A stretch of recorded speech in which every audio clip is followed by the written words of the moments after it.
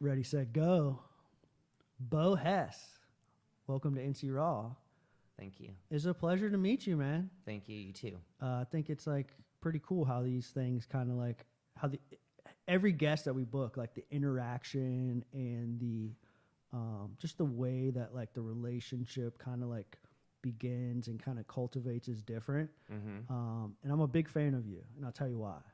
I'm not sure when we became friends on social media and like how we got on each other's radar, but I'm a big fan of like the stuff that you share out there, the information that you put out there.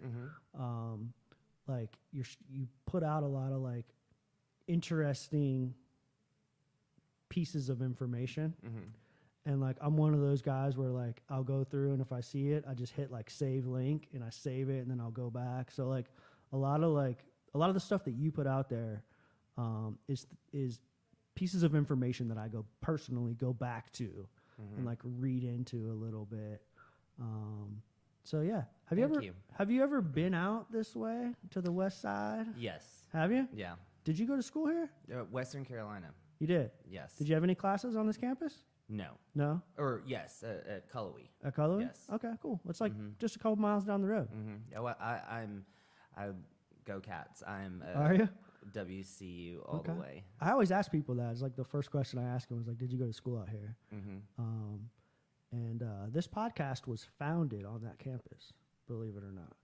All of our probably first 15 or 20 episodes were recorded in the recording studio in the Belk building. Mm. One of my friends who helped me start this podcast, Mm-hmm. she was in the commercial music production program. Okay. And so when I was, she was studying to like produce music. Mm-hmm. And when I was in like the planning phases and I was like, I've told this story a million times on this podcast, but when I was like struggling with, there's an internal struggle with school. Mm-hmm. You know, I got into college in early recovery in 2015. And a lot of the things that I was seeing in the classroom wasn't aligning with what I was seeing in my personal life in the recovery communities. Like, classroom kind of paints this nice, pretty picture, Mm-hmm. you know, and it just, so like, and I've always been like the rebellious type Mm-hmm. to like do things different Mm-hmm. and do things my way, you Yeah. know.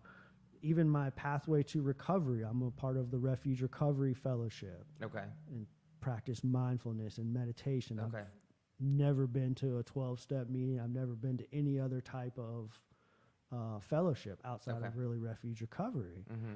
And so, like, it just wasn't adding up. Like, I don't know, there was, like, too many rules and ethical dilemmas and all this stuff. And I was just, like, questioning, like, is this really for me? Mm-hmm. And so I decided, like, I did what I thought was the wisest at the time, as Mm-hmm. opposed to, like, making a impulsive, irrational decision and just dropping out of school, which I was thinking about doing. Mm-hmm. I took a step back and I looked at my life and I kind of like contemplated what were my dreams before my active addiction? Mm-hmm.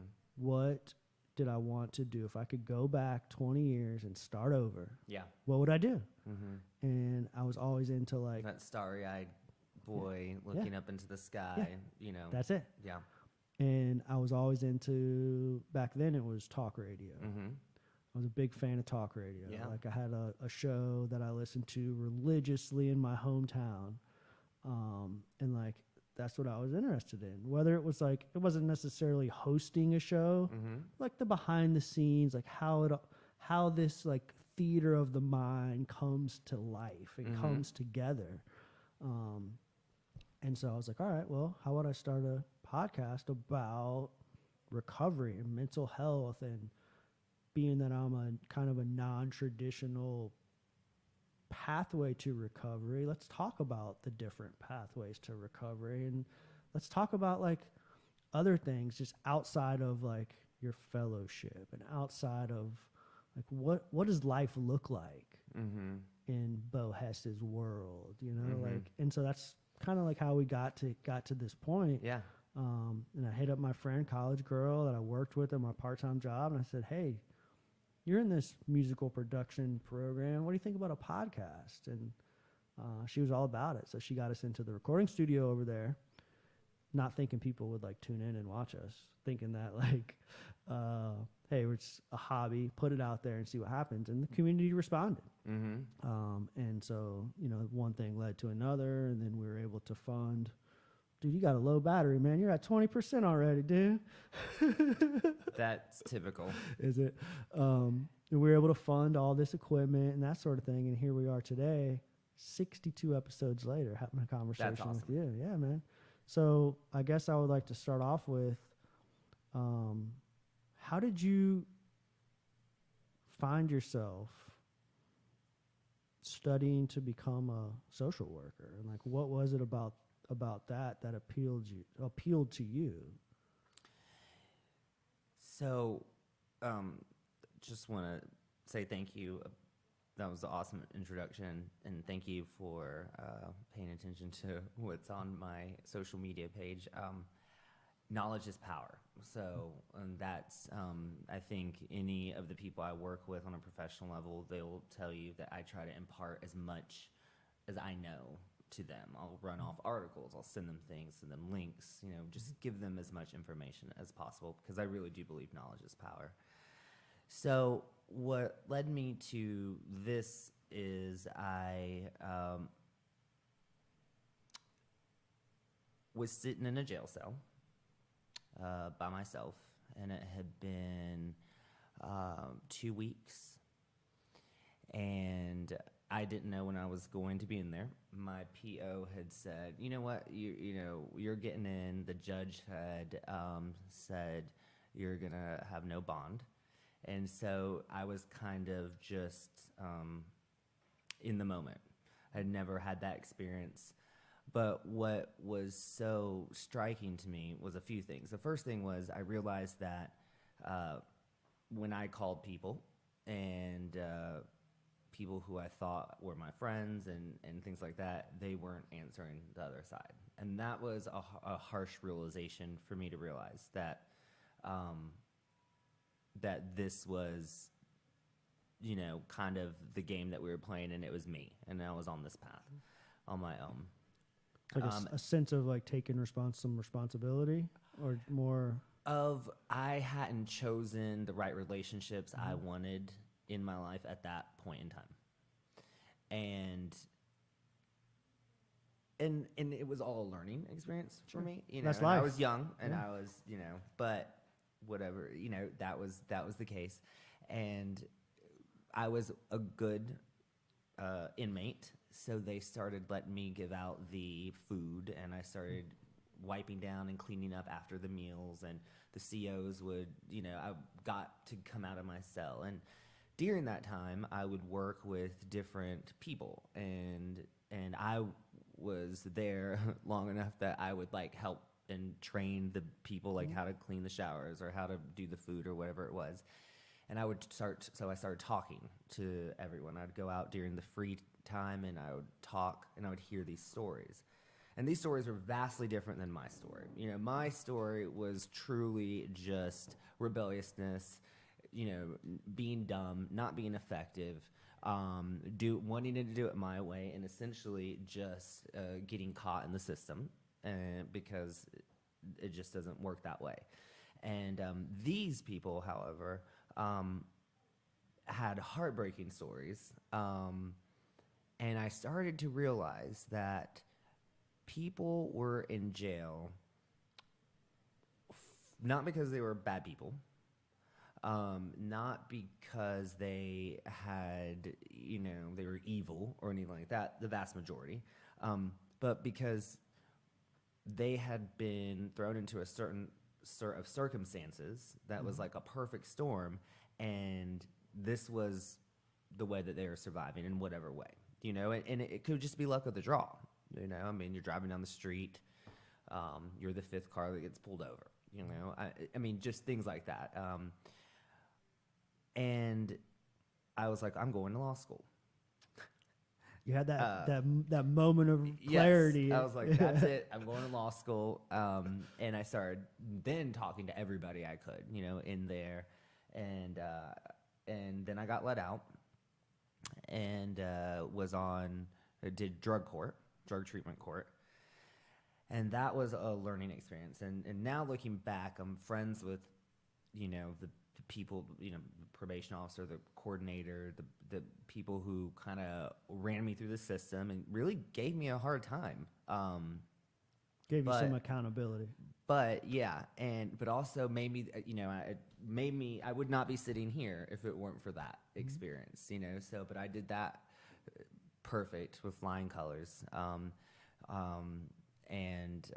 Then I got into school, and I was like, so it went from law school to I want to be a therapist. It was like I've always loved psychology. I've always wanted to help people. Was listening to enough stories. I felt like I had been given enough in my life just by the grace of God or just by the luck of the draw, just in mind power and emotion and just thing like just I had been blessed in many ways. So I felt like I could give back to people. And so I thought, okay, how do I do this? And so I went to AB Tech and I was like, I want to be a therapist. How do I do that? And they're like, well, you could do 3 different tracks. And then I chose social work, and out of counseling or psychology. And the reason why is because I like the psychology aspect, but I like the social justice aspect of it as well. When I did my graduate work, I did a blend. So I did all my required courses in social work, but then I did extra courses during the summer and then during the semester in the counseling and psychology graduate school there. So I'd actually applied to those schools and then take classes there because I wanted my transcript to really read clinical from associates to graduate. I wanted everything to be in behavioral health, and it is. And I'm proud of that because, I just am. I worked hard. And it's my dream to be a licensed clinical social worker. And so, again, I'm just grateful to be here. Yeah. No matter how many times I have these conversations, it always amazes me about how these individuals that come to this table, myself included, have these moments of clarity, right? Defining moments, make or break moments. And they literally just take that opportunity and run with it, like you did. And for some reason, it works that time, that go around at it. Yeah. And they really just they don't just, it's not like a minimal shift in lifestyle or a small change. It's all in, right? And life kind of is a series of moments like that and they're kind of, when you look back, they're not these big moments necessarily, but they're game-changing moments, and it could propel you in any number of different ways. Yeah. Could be that one probation officer that influenced you, or that one counselor or social worker that had something to say that really, for some reason, it stuck. Well, a lot of it was I was really angry. So anger is a good motivator. Yeah, if you have a correct relationship to it. Yes, and so that was a huge motivator. With that being said, I was able by the end to recognize my stuff and own it. Work with it. Yeah. And, that's an ongoing process. But, yeah, I was angry, and for a very, in a very real sense, I had something to prove. and so, yeah. I can remember sitting in the back of a Florida Highway Patrol officer's car. He had just arrested me for my 3rd driving under the influence charge. And I was a hot mess, really fucking angry. And he looked in the rearview mirror at me and he said, "Son," he said, I could have just saved your life. Yeah. And I was so mad at that moment. However, 48, 72 hours later, I was so grateful Mm-hmm. that he said that. And those words like stuck with me Mm-hmm. to the point where a couple years later, you know, I dropped a letter in the mail thanking him for leaving that impression on me and letting him know that he probably did save my life because I was able to make a change in the way I was living. Haven't spoken to him since then, and I didn't hear back from him. I sent it to the office, the dispatch office that he was based out of in Ocala, Florida. It was just those words, those 4 words. I could have saved your life. You know, really like left a lasting impression.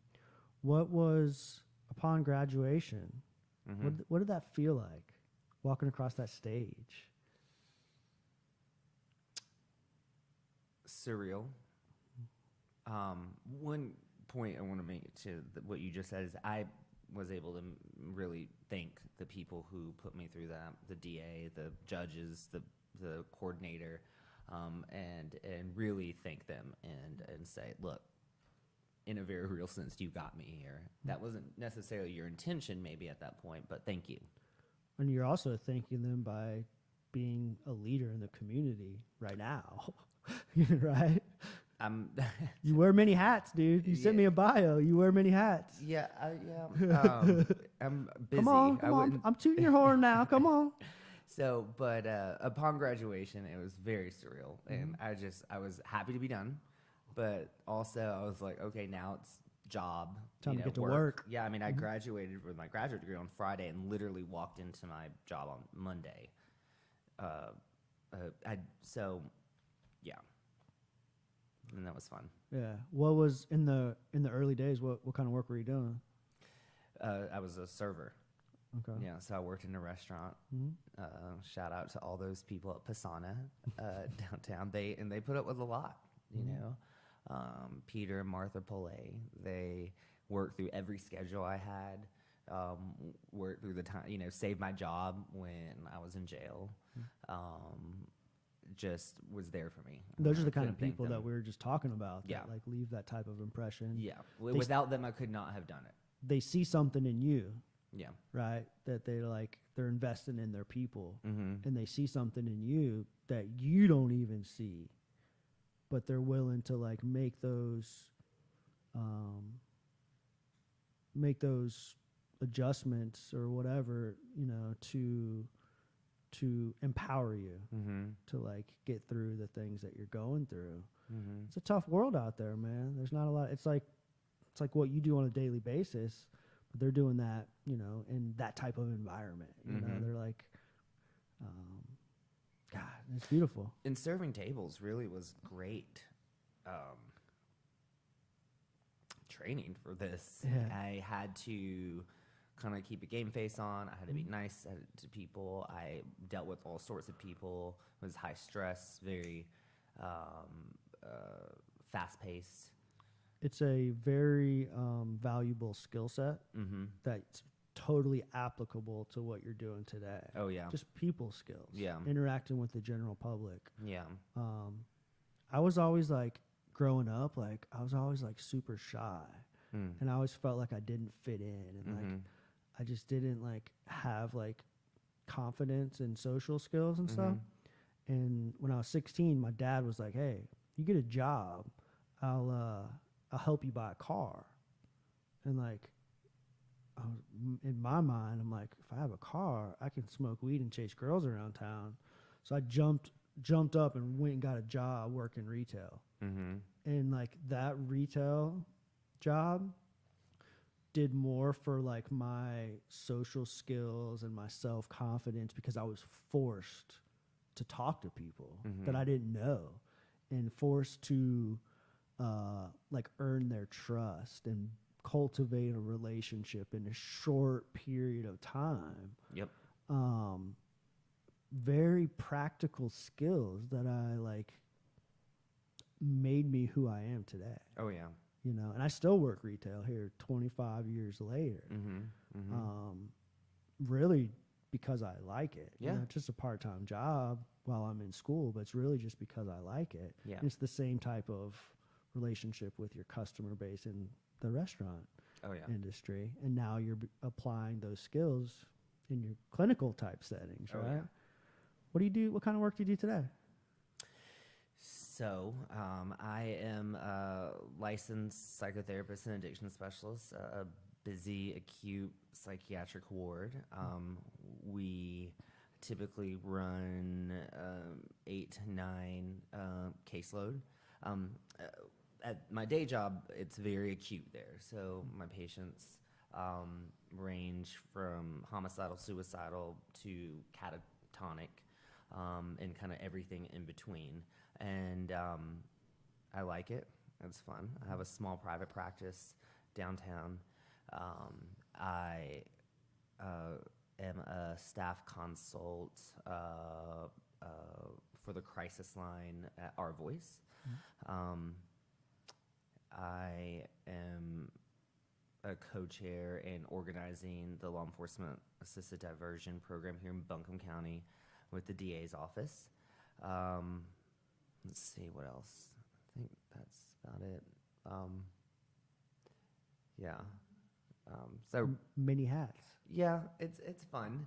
I love it, and that's the thing. I'm very passionate. I like helping people. Every one of those things is different, So, working at where I work during the day is just intense. It's full, on. You walk in. I mean, it's doctors, nurses, patients. I mean, it's hands-on. It's everything. And then my private practice, I get to pick who comes in, or not pick, but more screen who comes in, and I keep a very small caseload, and I try to move them. I'm not one of these therapists that's like, oh, we're gonna do like a year of therapy, or we can do that, and I do have patients there, but typically people come in for a specific issue. So social media addiction, substance use, they're having an issue with whatever it is. Come in, all right, let's get this under control in 6 weeks, and let's go from there. And typically we can see resolution in that. I've been certified in accelerated resolution therapy, which is kind of my ACE that I have, so I use a CBT, DBT kind of blend, and then we incorporate accelerated resolution therapy in there, which is EMDR kind of on steroids, not EMDR. So EMDR was created in like mid-90s. So this is 2009, 2010, went through rigorous studies, Walter Reed, and it's the only therapy for trauma that targets images and erases images, and it works amazingly. It worked on me during our training. It was a pretty rigorous training. We had to do an experiential piece, so we had to do 2 sessions ourselves that uses rapid eye movement, and it's more of a procedure. Some of my patients come in for that. I say, look, this, these past sessions, the DBT structured, but this is more like a root canal. So you come in and it's like kind of more guided. There's a certain set of eye movements that we use, and can get people back to work, and work with chronic pain, substance use, depression, pornography addiction. I mean, just one session, typically with That's amazing. So phobias, you are afraid of flying, cats, dogs, driving. The last one I did was someone who was afraid of driving. One session, she said, I always cancel on this person, and a person that is not young who had never had a license. Wow. I called her and she's like, I'm on the way to go meet my driver. I mean, she's driving like hours at a time. And I'm even like, okay, are you messing with me? But it's just another tool that I have, which makes me feel more confident, especially with trauma. How many people are using that out? How many therapists? 36 certified clinicians in North Carolina. Okay. Most of them are concentrated in Western North Carolina because that's where we were trained. All trained kind of together. They're mostly in military installations. It's usually used for first responders and combat trauma. Mm-hmm. That's who it was made for and studied with. So I've done childhood trauma, motor vehicle accidents, one session. I mean, it's you know, and I think everyone has their modality, and I really wanted to be trained in EMDR, and really just was trying to find the right training, and went to my employer and said, "Hey, can you send me to this training?" They said no, and so I said, "Okay," but then they came back and said, "Hey, we have this," Okay. and I said, "Okay." This is, and I like this, and so it's kind of like one of those things. Like I'm almost grateful that didn't work out the way that I wanted it to work out, because I feel like this is just a more refined tool. Yeah. So this wasn't necessarily even on your radar initially. No, I had, in fact, so I got trained by the founder, which is pretty cool. But the first batch of training, I declined to go.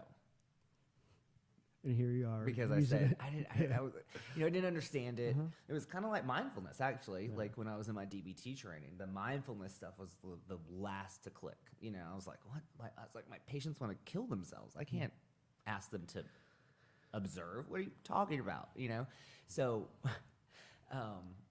then I started reading into it, and the therapists that did go came back, and they were using it on their patients. Their patients are getting better, and I'm thinking, okay, let me check this out. There came another training, and it just worked out.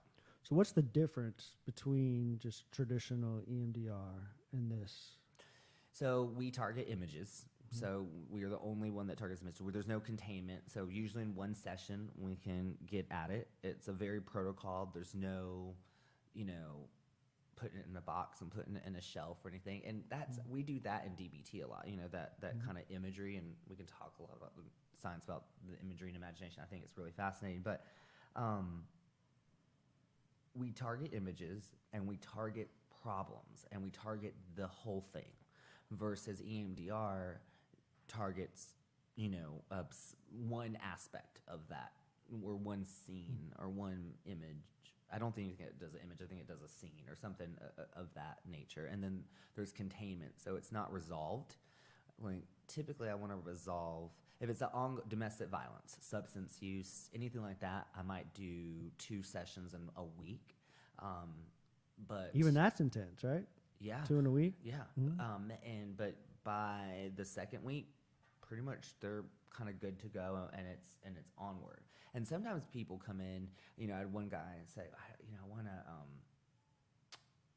to propose to my wife. I don't know. I said, let's knock on your brain's door. Let's see what is there. Came up, and they're engaged. Wow. And so the eye movements do is kind of activate both hemispheres of the brain, and kind of activate that out of awareness. Subconscious kind of sounds too wooey for me, but kind of below conscious awareness gets at that, clears that block, if you will. And how it works with trauma is, every time that we remember something, we put it back in our brain a little bit different than how we actually brought it back out.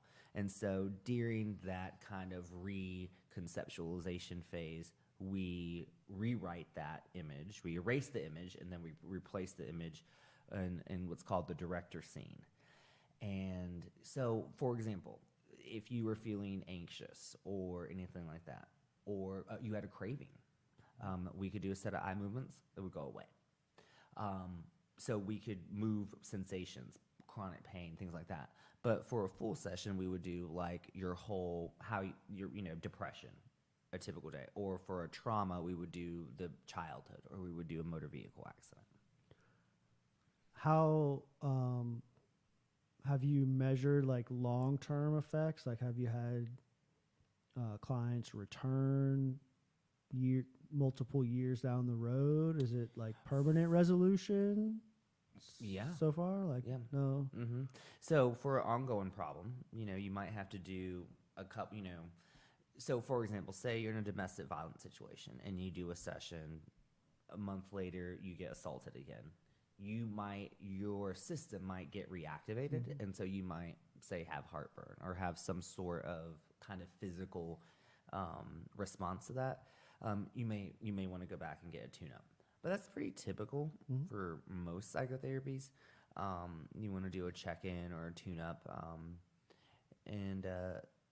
but most of the time it's for these kind of single events or things like that. It's 1 or 2 sessions. Yeah, it's always an assessment session. How did you happen to? Are you aware of like the research that MAPS is doing with the MDMA assisted psychotherapy? Did you hear any of that podcast that I did with? I did not. The trainer. I kind of saw some here stuff. And there. Yeah. They're doing they're training therapists in Asheville because they plan on opening a clinic like next year. What do you think about all that? The research and stuff. So so I will say that anything that helps, let's research it. Let's figure out how the best way to administer it.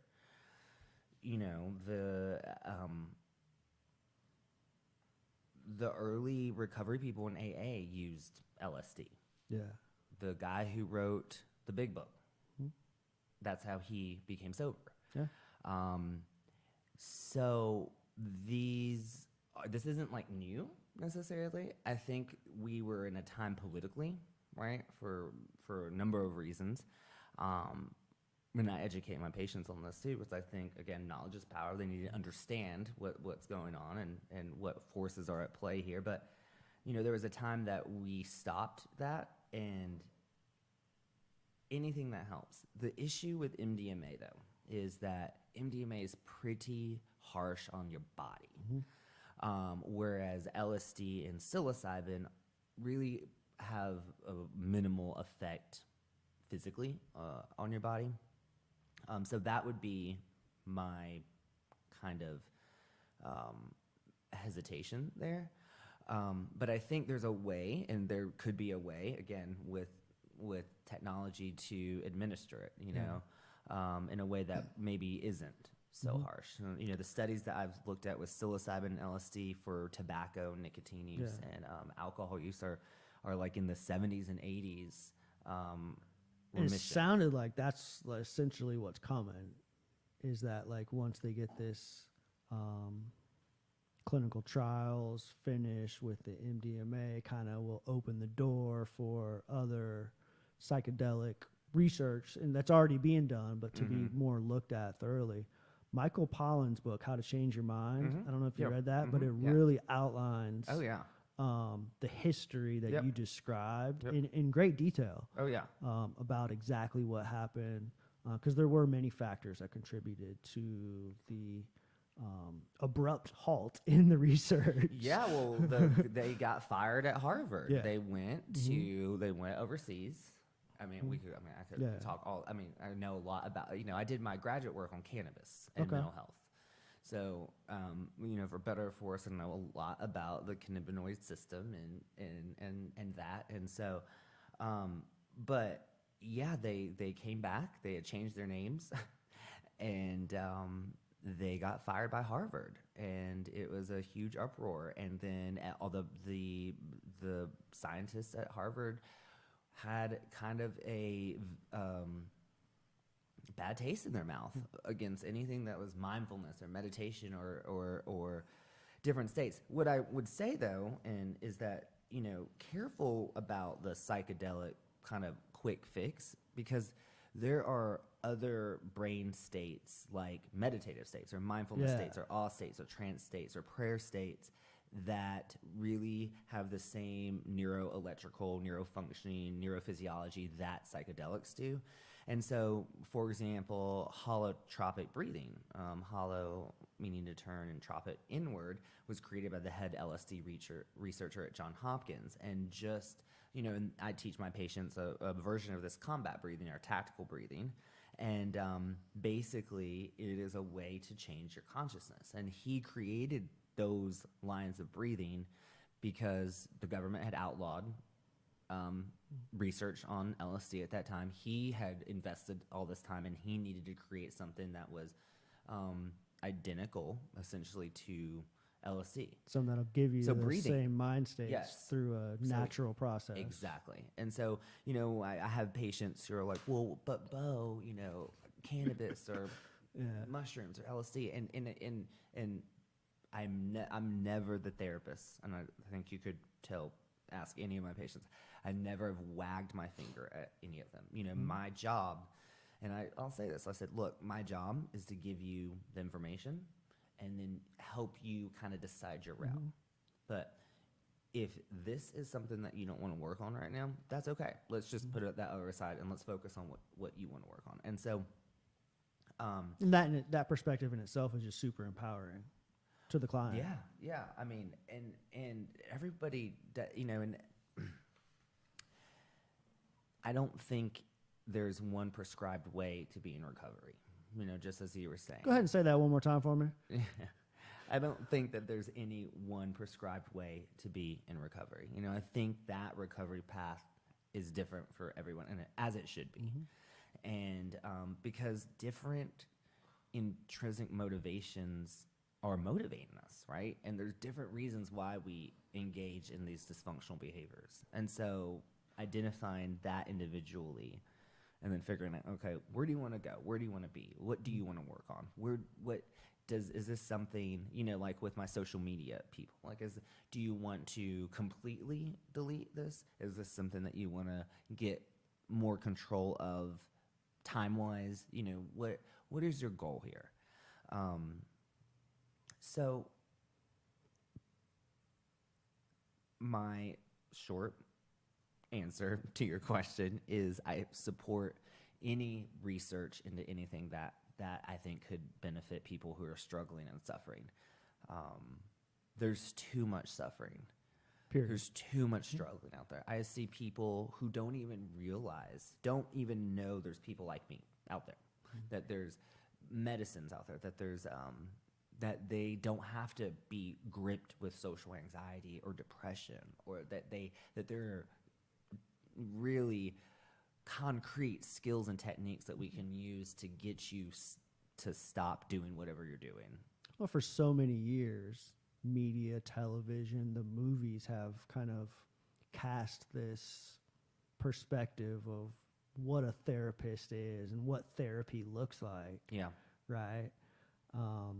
And they couldn't be probably farther from the truth in reality, especially with like all of these techniques and things that you just kind of have described tonight. Like, how do you overcome that fear of just walking in and talking to somebody, So this is, like you said, not many people know that people like you are out there, like how do you overcome that? Because I had a really negative experience with a therapist probably 4 years before I found recovery.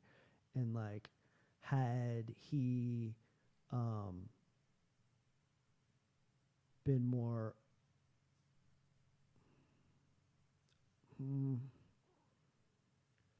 I don't even know how to say it, but how he had our interaction gone differently, my life could be totally different. I could have found recovery 4 or 5 years prior. It kind of like put a bad taste in my mouth. What was it? I was doing a lot of cocaine, and I was staying out all night. And my girlfriend at the time, we lived together for like 7 years, and she did not approve of drug use, period. She was a bartender.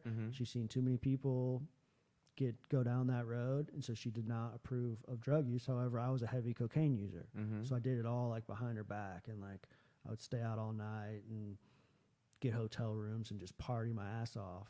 And I like, after doing that and her causing a lot of harm on her, Mm-hmm. I approached my employer and I was like, I need to get some help. My HR manager helped me book a session with a therapist through our employee assistance program. Yeah. And I went in there, and for the first time in my life, I was completely honest with this man. Yeah. I told him everything. Like, I'm really fucking up. Yeah. These are all the things that I'm doing. You know, I don't know what to do. The word recovery never came out of my mouth, but I was like, I don't know what to do. I just know that I'm like causing her a lot of harm. I know that I shouldn't be staying out all night doing drugs and crashing in hotel rooms and all this stuff. And after like an hour and a half conversation, he was like, well, essentially he said that he kind of put the blame on her, my girlfriend, and told me that she needs to hold me accountable and that she shouldn't be taking me back and allowing me to come home after a 3-day binge and accepting that, and that she needed to have more boundaries and that everything was okay. You know, that there was nothing wrong with me, that the problem was with her. Mm-hmm. And I was just like, that's it? Like, okay, really? Like that, you know, I was expecting like just something like I have a heavy cocaine use problem, heavy cocaine use, like, you know. And so it just left a bad taste in my mouth. So like, yeah, I think that the behaviors continued for many years. Because behavioral things need behavioral interventions. Mm-hmm. So the first session, I give my patients skills. Like, we're already like skills. Where I work during the day, I mean, I have to do that because we just on a time limit. Mm-hmm. So it's like building rapport, you know, figuring out what we're there and going at it. So yeah, that would leave a bad taste in my mouth. So I guess back to the original, it's just like how. So the one thing about media, and recovery and addiction and substance use specifically, is that there seems to be this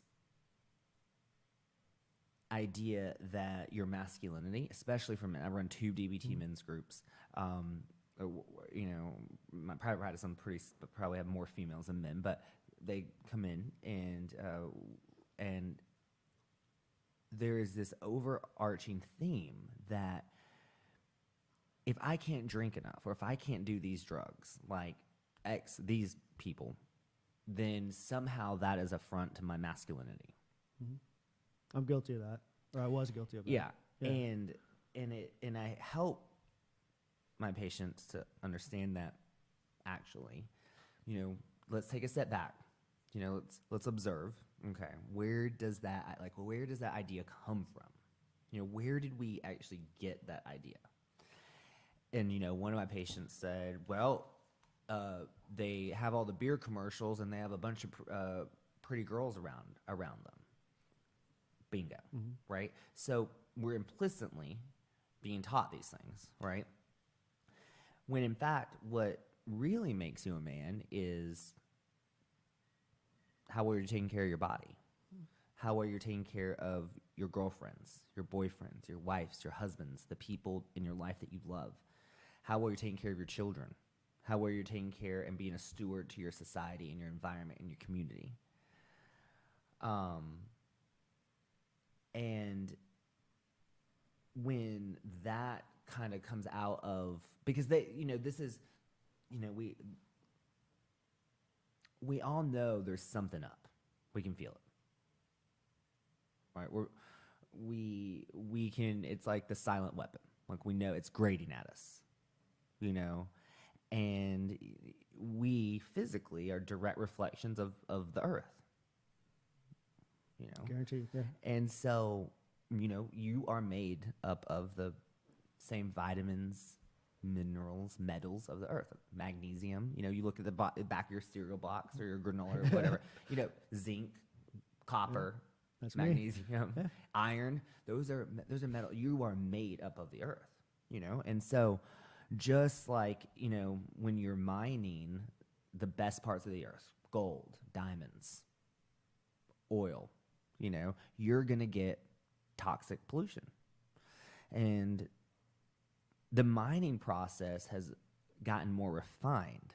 And so as they mine our mind, as they mine our hearts, as they mine our souls and our spirits, we're going to get toxic pollution. We're going to get loneliness. We're going to get addiction. We're going to get depression. We're going to get anger.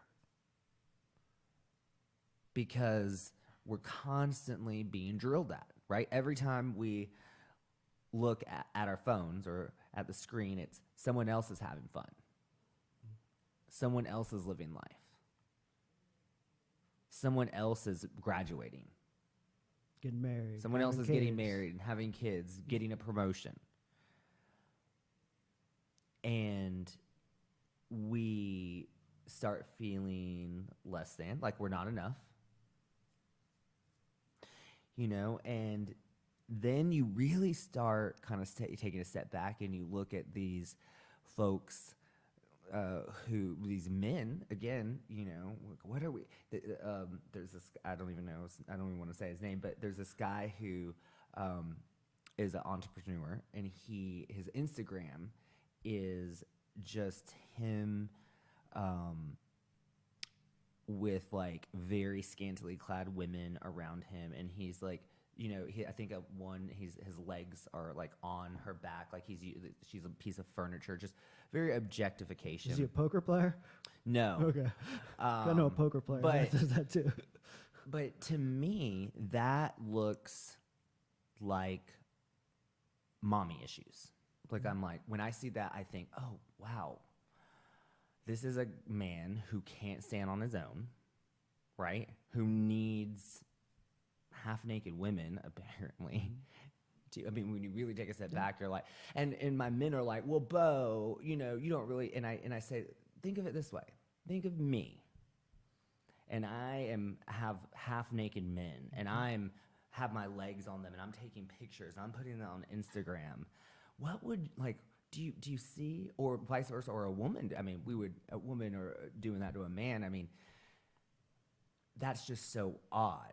And it's so odd that men in particular, and again, going back to this, idea here, is that they are sad, they're depressed, they're angry because that's not them. Imagine what that girl feels like too. That's being treated like a piece of furniture. Well, women have a whole totally different set of challenges, when it comes to media. Every time women look at the media, it's, you're not pretty enough, you're not skinny enough, you're not rich enough, you're not smart enough. They're constantly telling women men make more than them. You ask a man, when's the last time you felt afraid for your life? They're going to say, 2 years ago when, I was in Afghanistan. They're going to say 6 months ago when I had to break up my buddy's fight, whatever it is. You ask a woman that, they're going to say today. At the grocery store, right, at the grocery store. They're going to say yesterday. Mm-hmm. So women have a whole different set of challenges, and really, and again, and I get so, and not to talk politics, and I think most people that know me, I'm very independent, and I'm very, I try to see the dialectic in things, and I'm a DBT therapist, and so I try to see the truth in both sides, right? And I get so irritated with, the left, quote unquote, because they can be politically correct, and politically correct kills people, right? When we don't want to get in an elevator with someone because we don't want them to think that we're not gender biased or racist in some way, and then, no one ever got hurt by being a little bit of a B. Mm-hmm. Right? And it's okay to say no to the person, that guy who offers to bring in your groceries. And I think teaching your children that, especially, teaching our children that it's okay to say no, and people who are charming. Charm is an ability. You got charmed, right? No one ever got into a kidnapper's car because they were mean to them when they pulled up, right? They were nice to them, and that's the idea here. And anyway, so a note for women and note for everyone on safety. There's this, anytime anyone gives you a false promise, okay, that's a heads up, okay? So this looks like this. A guy asks you to bring in your groceries or do something for you, and you get to your door, and he says, I can put them in, and you're like, no, it's okay, and he goes, I'll leave right after, I promise.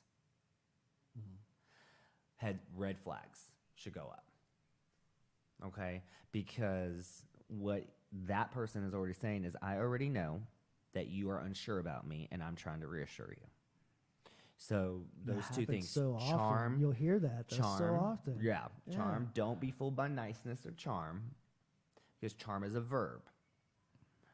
Charm, charm. It's also a skill that's very common in the substance use. Like we develop. I mean, I'm guilty of it, but we develop that skill of charm throughout like the years of. Well, you had to get what you needed and wanted. Yeah, and so. Here's the trick. Using that to gain benevolent reasons, right? So get further in your career or instead of manipulate,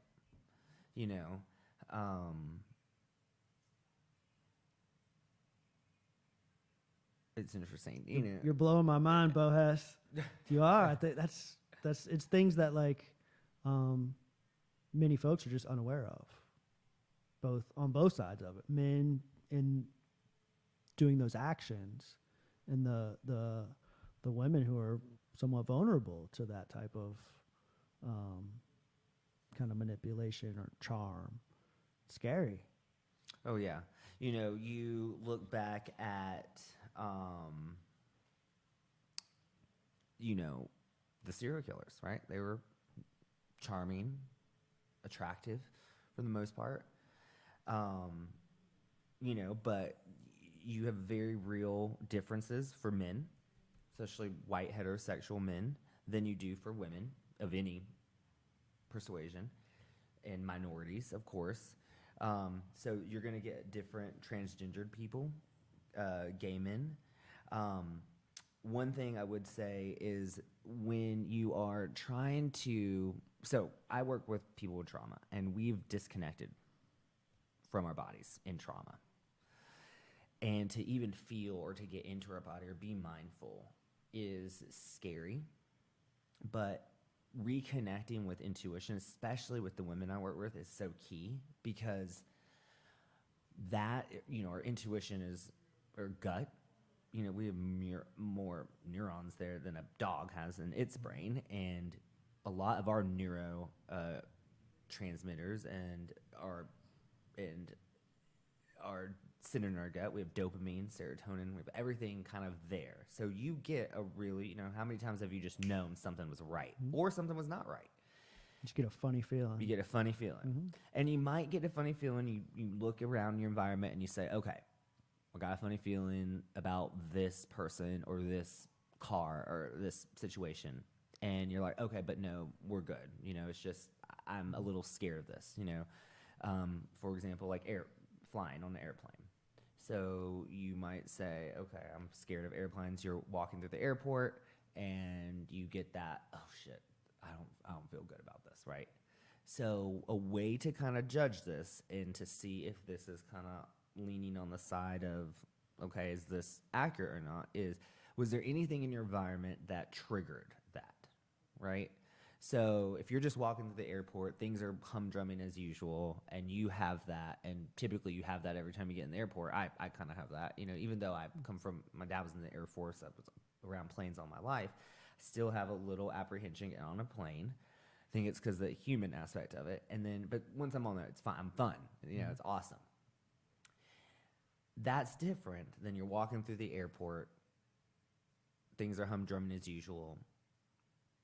You see the captain walk out of the employee lounge, kind of disheveled, kind of looking a little bloodshot, and then you get this feeling, oh, I don't know, something's up. So that is intuition. And pay attention. So if something is in your environment that triggers it, pay attention. And that I try to tell, especially women. You know, you're walking down the street, it's dark. You've walked down the street before, nothing kind of, you know, you get this kind of fear, you look around, it's safe, you make it to your door, you're fine. You are walking down the street, it's the same street you've gone through, it's dark, you see a man standing and he kind of looks back and kind of looks forward and kind of is just kind of stalling in front of your doorstep. Then you get this intuition or this fear, no, I'm going to go past my apartment, not let him know that I live there, or I'm going to turn around and walk the other way. I don't like rules. Like, I don't like saying, oh, we'll just cross the street, do this, you know, because that gives the false sense that you're safe, you know, so do whatever is needed in that situation. Another key thing is don't ever get into a, you know, don't ever move to a second place with someone. You know, oftentimes we'll go blank, you know, we'll kind of just go limp, you know, someone puts a gun in your head, get in the car, da-da-da. You'd be surprised how many people, Get in that car. Mm-hmm. Don't do that. Fight with everything you have in that moment. Again, no hard and fast rules, but typically if they're telling you to don't scream, what should you do? Scream. Yep. They tell you don't move, what should you do? Go. Yep. They tell you stay still, do the opposite of everything they're telling you, because what they're telling you is, hey, you do that, you're putting me at a disadvantage, right? So you got to kind of get into the mind of that. It's kind of like that promise that you hit on. It's just like it. Yeah. It takes like to really like be in tune with your intuition. What you just described to me is like a level of awareness, like a Situational mindful awareness, kind of like Yeah. being able to tell the difference between an irrational thought and a real concern, you know? And so I guess I would like to know like this mindfulness stuff, right? What kind of role does that play in like what you do? Well, so you go ahead. And how did like how did you become familiar with? So DBT, dialectical behavior therapy, I think probably, so maybe back in the day, you know, in, you know, just kind of, you know, living, you know, having certain experiences, and, you know, having, you know, just kind of being aware. But it wasn't till I was in this work that I really understood and grasped kind of the benefit of it. Do you meditate regularly? Oh yeah. So here's the thing about mindfulness and meditation is that what I teach and what I practice and to my patients is this kind of, you know, there's two kinds, you know, there's this sit still, you know, you could even do a mantra or some sort of affirmation. Love that, and we can do that. But this mindfulness, we focus on 6 skills, you know, observe, describe, participate, non-judgmental, effectively, and one mindfully. And so these skills we virtually can do at all times. You don't have to have your eyes closed sitting down. You know, so. Whereas the other one is in like focusing on your breath and sensations of your body is kind of like it's a practice in developing that skill to do it when you're not sitting with your eyes closed. Yeah. I mean, I could see that. I don't know if you have to have one as a prerequisite for the other, but I think they're both beneficial. Yeah. And some people kind of more can get, you know, some people it's just they're not gonna sit still, you know, or do something to that effect. But what I teach is just mindfulness is a fancy way of saying how to control your attention. So purposefully controlling your attention. So for example, I'm sitting here talking with you. I all of a sudden observe my stomach growling, right? So then I say, okay, So the idea here is keeping awareness open, but not controlling what you see. So, oh, my stomach growled. Okay, described, it growled. All right. And then noticing that I got off topic and then bringing my attention back to this moment. So if I'm focused on this cup, I think about, some cute person I saw on the way here. I notice I'm thinking about that, and then I just bring my attention back there. And every time, and the dialectic here is that you need to get distracted and pull your attention back in order for the mindfulness to get stronger. It's like working out. The moment of mindfulness is not focusing on the cup. It's noticing that you were distracted. Exactly. And then bringing your mind back to whatever you're focused on. And so that's the key. If you can just get that. So one thing I say is, okay, so bump, ba-da-dun, dun. Dun. Dun, right? Or I say, I'm going to say a word, you say a word. Up. Down. Hot. Cold. Right? Okay, what did you have for lunch yesterday? 2 hot dogs. Okay, you can do mindfulness. You just did it. So the first example was our hot is that girl not texting us back. Our cold is me going and with my buddies and using and not making it to work and going down that cycle, right? That's an unmindful reaction, right? Our up is getting fired from the job. Down is cutting, right? So we have these unmindful things versus when I asked you what you had for lunch yesterday, I literally saw your eyes go back into your brain and you had to think and control your attention and pull it. That you just did it. Simple as that. Yeah. Well, like so many people, because mindfulness these days is so like, woohoo, hippie, trippy, cliche, astro, and everybody's. It can be. And so, like, but most Buddhist monks don't meditate. That's correct. Yeah, that's very correct. I think like something like only like 10% of Buddhists actually meditate. Very small amount. But I've been with Refuge Recovery since in meditating since that moment that officer locked me in a jail cell. Right? I started meditating. You almost have to. And so like that's become a part of my life and a formal practice. Sit down for 20 minutes. And we do both. We do mindfulness, where you're focusing on your breath and focusing on your body, drift off, come back, just over and over for 20 minutes. And we also do what we call like heart practices, metta stuff, where you're a mantra of kindness, a mantra of compassion, a mantra of forgiveness. And those two in combination have really been like the foundation of my recovery. And so rolling through Bible Belt, Western North Carolina, like many folks that I talk to are quite fearful of that developing that skill and intentionally setting out the time and even trying it, you know. But whereas like what you're teaching is something that's more receptive to that formal mindful training that I was talking about. We're sitting on the cushion for 20 minutes. That DBT type is definitely something that like you can teach to anybody. Right. So observing, right? Yeah. So just literally keeping your eyes open. Right. And what you do is observe, describe, participate. How you do those things are non-judgmentally, effectively, and one mindfully. So I observe non-judgmentally. I don't, someone just slammed the door. Okay, I don't, that's okay. That's just what's happening, right? I describe it, and then I'm here, I participate. But just observing, I get angry, someone bumps into me, someone, cuts me off on the road, and I have that anger. Just actually observing and naming cuts down the electrical activity in your amygdala by 50%. So you say to yourself, for example, I'm fucking pissed off right now. I don't know if we can cuss, but so you be yourself, my brother. There ain't no filter on here. I'm angry right now, or whatever it is.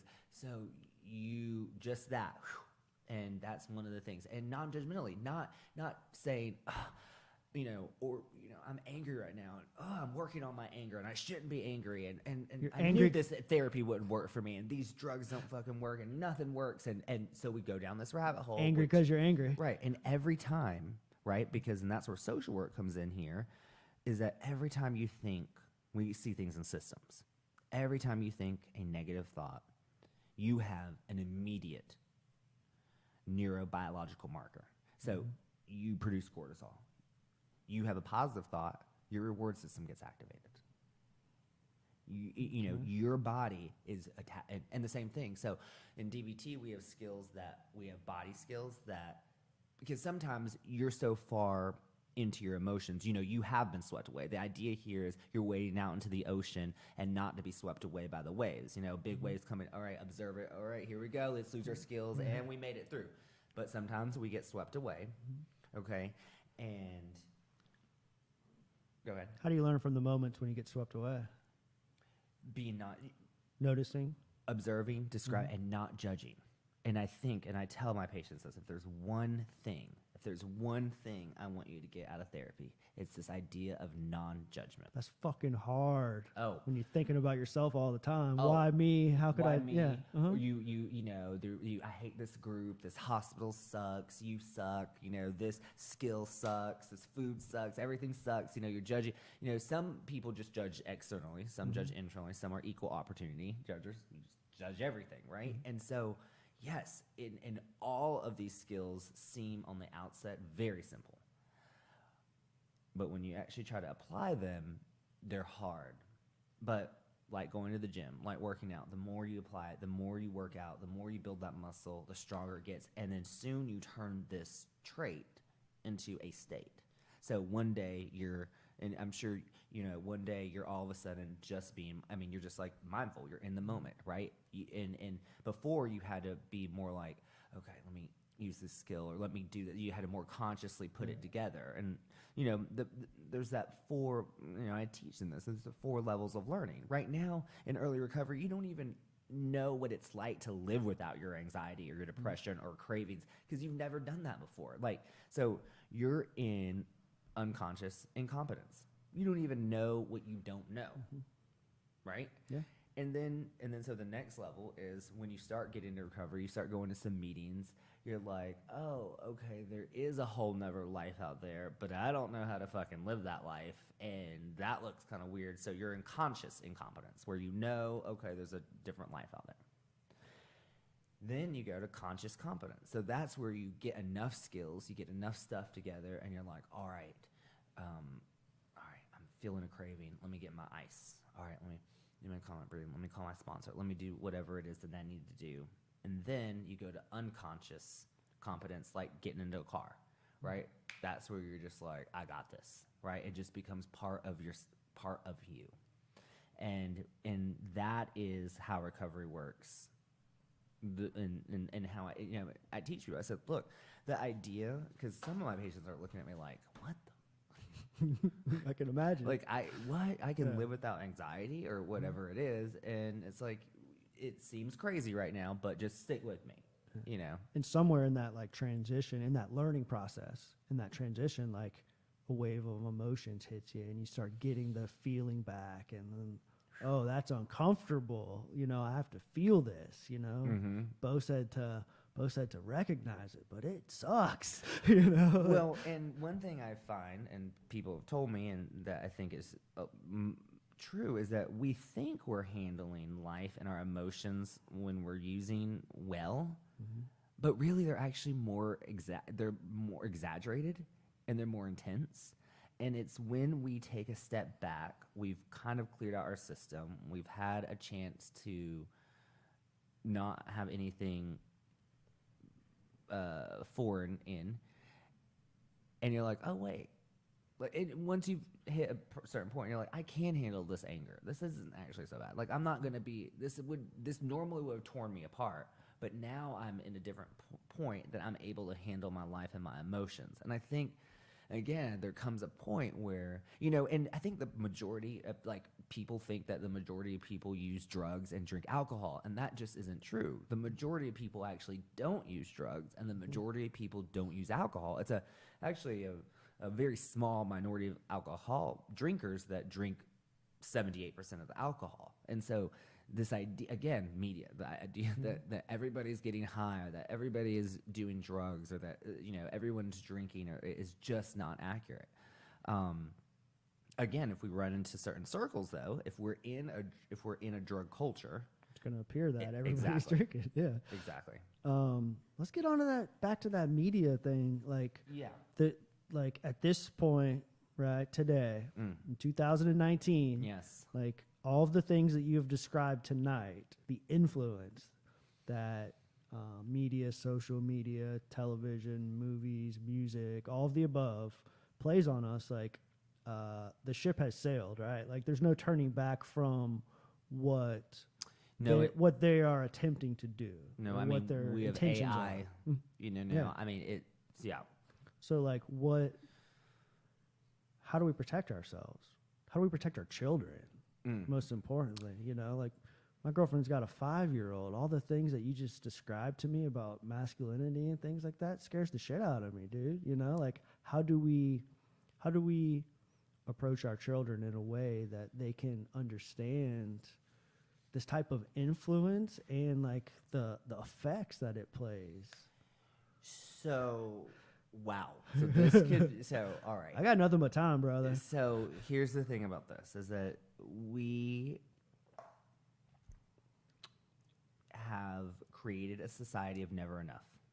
Correct. Okay, so it's an endless hole, right? You know, by design, the feed on your Instagram keeps going. By design, the feed on your thing keeps going. The videos, you know, there's the Persuasion Institute out of Stanford. You know, these guys that were there went into YouTube, Google, Facebook, Snapchat, Twitter, and they, you know, you have no chance. When you click on one of those links, there are 1,000 people, plus all this stuff feeding into an AI algorithm. You have no chance, right? And so it's an endless hole. It's never enough. It's keeping us dissatisfied, right? I mean, I know people who have a girlfriend, right, or a boyfriend, have a Bumble or Tinder account, swipe are on there all the time, check out every girl that walks by, right, has a side girl or side guy, right? It's never enough, right? Never enough. It's like, when is it? When is it enough? And so for children especially, they should really not be in front of a screen before 2 years old. And the reason why is your brain develops so rapidly during those first 2 years of life that you should not be in front of a screen before 2 years old. And then any time after that, it should be limited to at least 2 hours a day. Anything that is done should be interactive, and slow paced. So, for example, there's a cartoon and they're learning colors or shapes or animals, for example. So by interactive, they show you it and then they kind of hit the iPad or something. And then, but here's where it's important, where parents come in, is that there's a transfer of learning. So after they do whatever it is, that cartoon, you go out, and when you're at the dog park, you're walking downtown, or you're in the car, you say, oh, there's a car, just like you saw in that video, or there's a doggy. Reinforce what they're learning. Exactly. So they understand that those things exist outside of that context. One thing as far as teens is parents should download the apps that their teens or children are using and get familiar with how they work. Yeah. Okay. Start learning them how to follow your child or teen, you know, whatever it is. Go ahead. Educating the parents on these apps. Oh. But how do you sell that to a 17-year-old or 16-year-old girl, like boy or girl, like, hey, you know, my dad's following me on Instagram and watching, like, you know what I mean? Like, that's a tough relational skill to, like, say, you know, my dad's watching everything I do. You know, I'm the punk kid that my parents are watching my web browser, and then they're going to get apps that hide the apps and this and that. Like, I don't know, it just seems, It seems Seems like an endless hole. unrealistic. Yes, an endless hole. So but it's so important. Who's paying for the phone? Take away the phone. Mom or dad? Yeah. Just cut off the phone. Mm-hmm. I mean, the reason why is children have not developed the area of the brain that mitigates the risk for addiction. Mm-hmm. So when it comes to substances, when it comes to media, children are at more risk at developing addiction because they don't have the stop gaps in their brain that adults do, right? And so that is why it's just so important. 17 years old, again, it's not, and explaining. So I think it's really coming to your child in like, look, these are the risks. It's not finger wagging. Mm-hmm. These, if you have a female, these are the risks. Don't accept friend requests from people you don't know. Make passwords hard to remember and hard to get to. Write them down. Keep them in a drawer. Set up to code verification where I'm the second one. And explain to them this is for your protection. I'm not trying to monitor you. I'm not gonna police you. I'm not gonna comment on your stuff. I am just here to make sure you're safe. Yeah, and then also probably like demonstrating those same skills. Not having your phone at the table. Yeah, on your own personal device. Not telling Right. your kids that you can't do it while mom's over here doing it. Right. So I want to. So this is something. This hardship inoculation. Tech has made things so easy for children. And what we have found is that when things are too easy, it doesn't set you up well. For success, yeah. Right. So you need hardships in life. So, for example, when people do harder questions and then they get easier questions on the same subject, they do better, right? When preseason basketball players have a more strenuous preseason schedule, they do and win more games. So the idea here is that our children have a low frustration tolerance, right? They can't handle their emotions. We're right now, the generation that's just coming up, right, is the most addicted, most lonely, most depressed. Did all of our minds just happen to crack all at once in the past 10 or 15 years? No, there's something influencing. Something's it. up, Yeah. right? Something's up. What is it? I'm sure that plays a role. Also, probably the food that we eat, Well, diet. so But yeah, definitely that. Definitely social media and just media in general. yeah, well, you're talking to someone who's never owned a television. And I don't know what it was, but I think there's always been something creepy about mass media to me. And they have, it's just, they put things, it just, It's too convenient. I see things, let's take, my friend was telling me about a story where this guy raped this teenager, right? And that is so common, especially when you get into this. You're going to see more kids, more teens being preyed on by grown men because we live in a society where grown men don't feel like they can compete, right, with women, right, out there. And for better or for worse, that's where we are. I mean, it's much easier to prey on a vulnerable person than it is to actually court someone your own age. But where did they even come from? Well, I was watching something. It was on primetime television. And in the middle, I think it was an awards show. And in the middle of the thing, and I kind of wasn't even really watching it. I think it was just on in the background. I was at someone's house. And they're doing their monologue, and in the middle of it, they said something about raping a 14-year-old. And I looked up, and I looked around, and I thought, did anyone just, did that seem weird to anyone?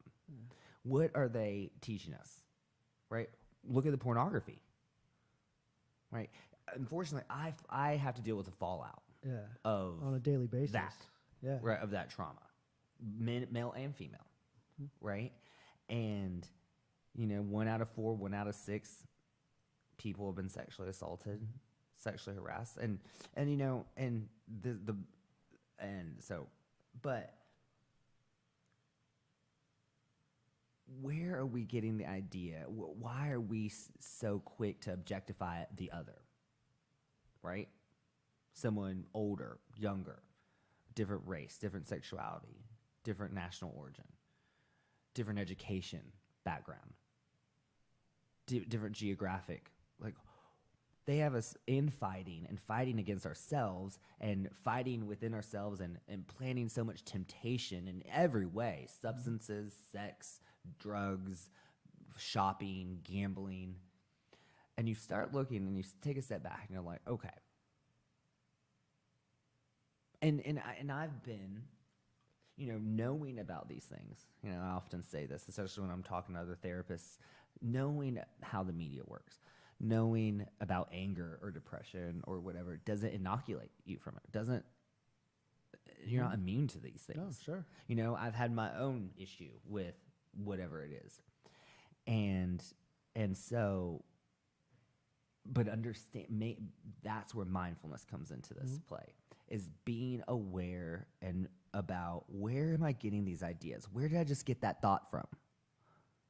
Like investigating. Right. And understanding we're not our thoughts, and really taking a step back and saying 1 degree and just saying, oh, that's interesting. Oh, wow. Well, that was interesting. Instead of just, getting our thoughts and rolling with them, thinking that they're us, even our emotions, where these things come from. And some ways that they're making it so addictive is, first, they have goals for us. Sell shit. Yeah. Well, I think you hit it, and then this is also the feedback mechanism on the thing, is you're looking for numbers, right? Yeah. So Fitbit, right? That's electronic. Yep. Your numbers. You're gonna try and beat the number that you had before. My mom told me the other day, she said, yep, I did so many steps. Dad went out and he had to go to the gym because he had to beat me, right?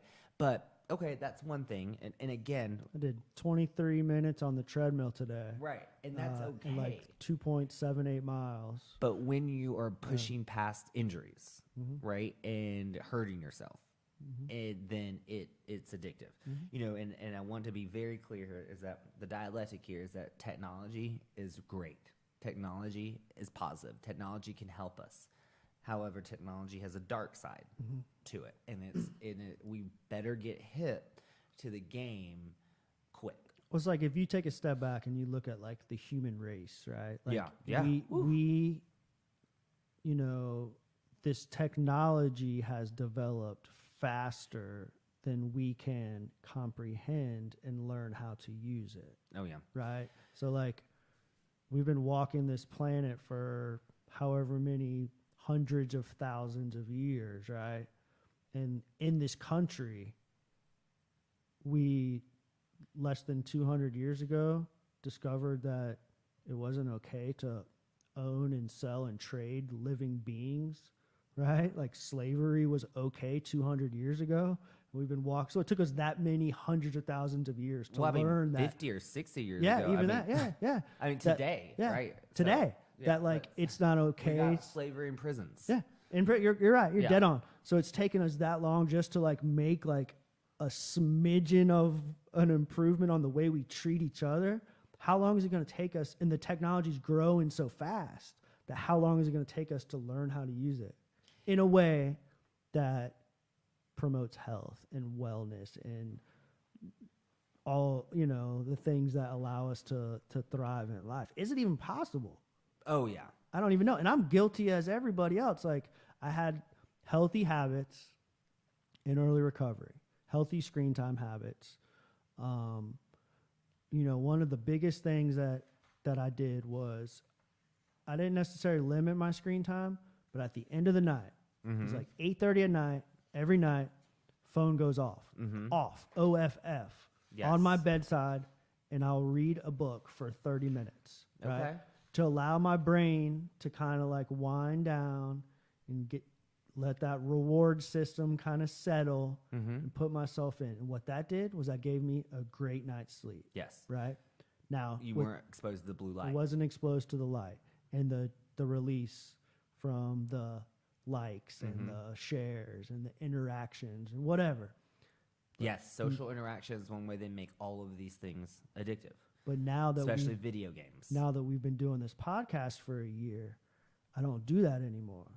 And I justify my behavior because of the business or because of the podcast. Like, oh no, I'm just working, you know. And all I'm doing is looking at the numbers or looking at the views or whatever it is, and I'm just like by design. That's by design. totally by design. But then I'm not I'm justifying it. I'm completely justifying it and saying like it's okay because this is my goals and my dreams and this work's going to pay off in the long run. But then what happens? I can't get to sleep. When I do put the phone down, when I do close the laptop, I'm tossing and turning in bed and I find myself wanting to reach for it, stopping myself, even though it's turned off, you know, like. Oh, yeah. So there's two things there. There's this blue light. And so you can set your phone to like a warm screen at a certain time where it won't affect kind of the melatonin production, and you can do that on your television too. I do recommend that.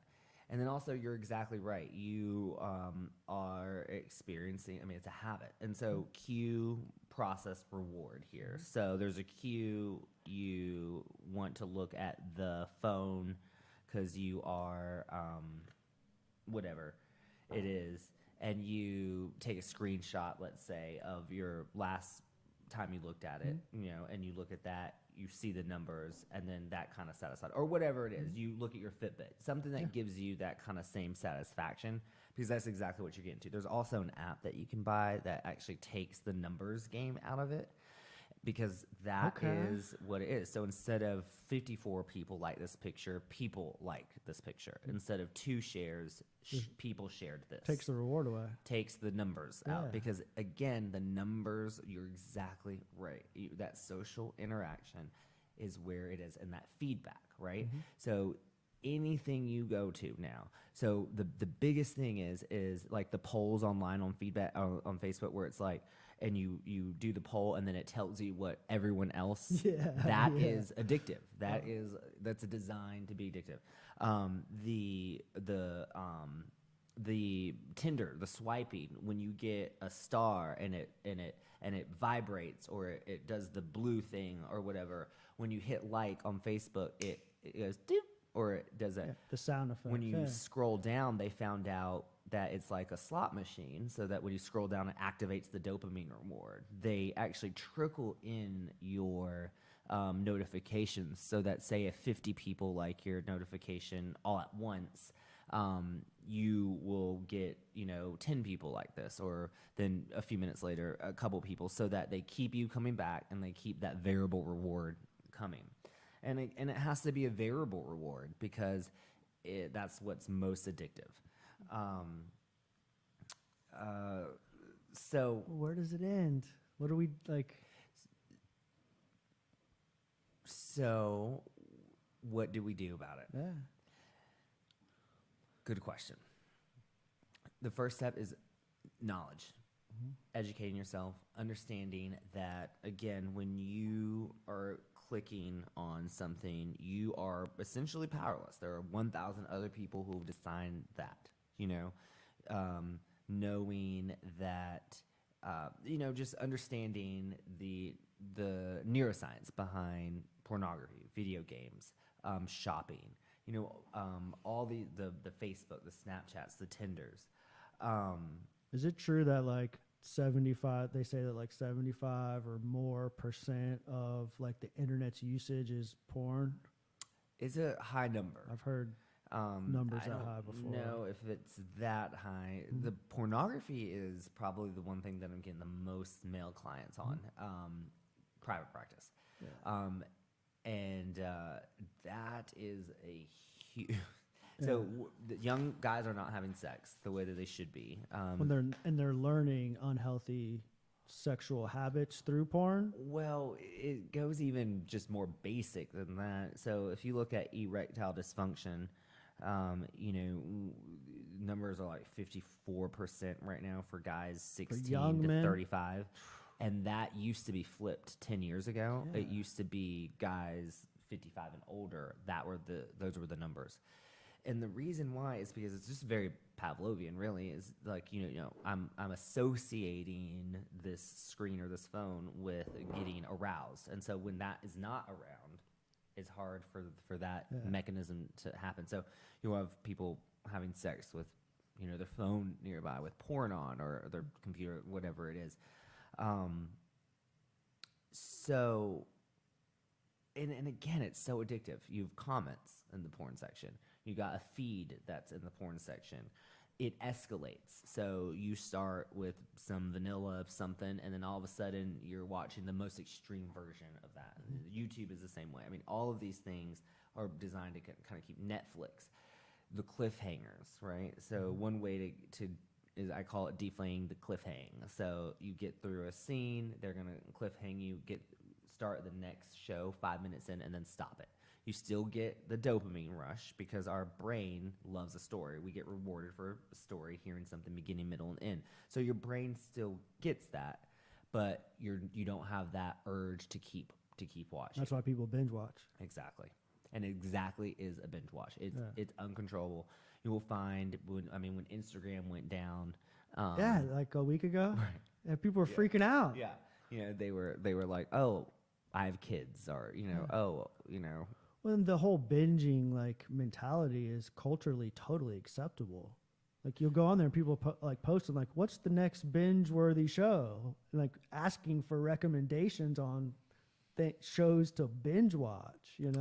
So taking judgment out of that, right?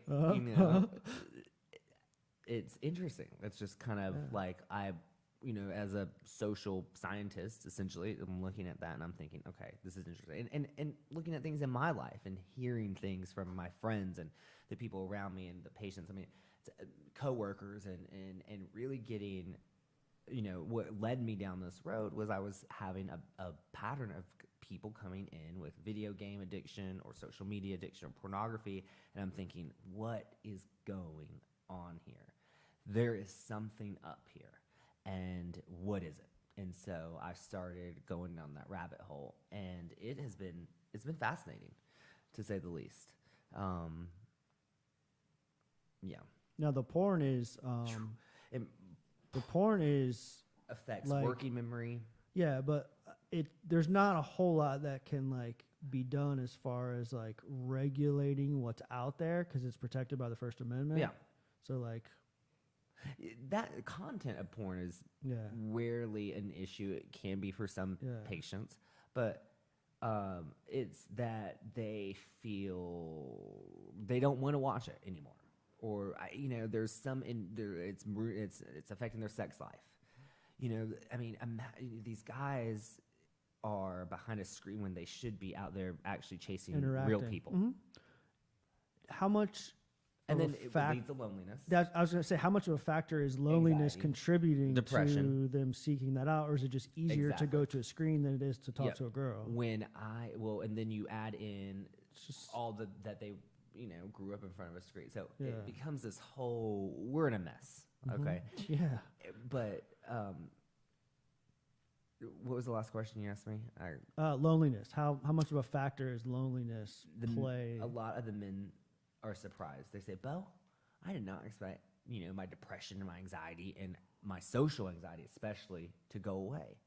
Once they abstain or seriously cut back, and there's a difference between masturbating and masturbating to pornography, and being very clear that we're, masturbation, and even to a certain degree, masturbation with pornography can be part of a healthy lifestyle, but we're not targeting masturbation, unless again this is a sex addiction. But this is more what I'm treating as more electronic, this kind of thing. And there's a lot of sometimes trauma in people's backgrounds, or very rigid households you'll find where like they grew up in a very Christian, or they weren't allowed to talk about these things, and sex was not talked about. Yeah, but still, even like today, it's just too accessible. It's so much easier to just. And that's the like. Yes. When we were kids, you had to like go seek it out. There was steps to whatever you were trying, whatever you're trying to accomplish. There's steps, action that needed to be taken. Right.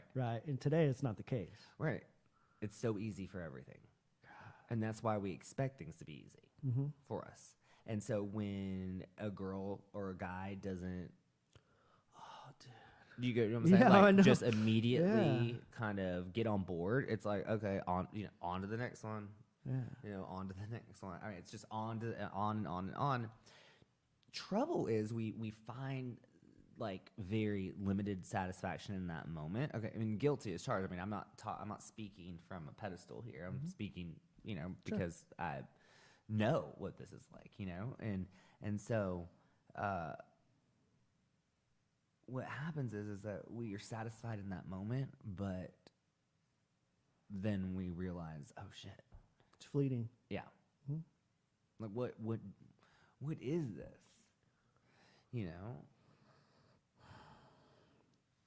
I don't know. It's all intertwined. It's all these things that we've talked about tonight is just so connected, from the intentions behind the media and the way that we seek it to the behaviors, whether it's porn or Facebook or whatever.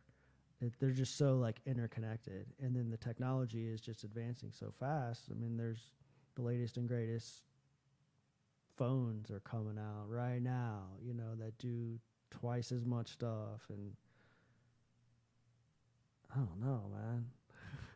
So here's the thing, and you hit on something.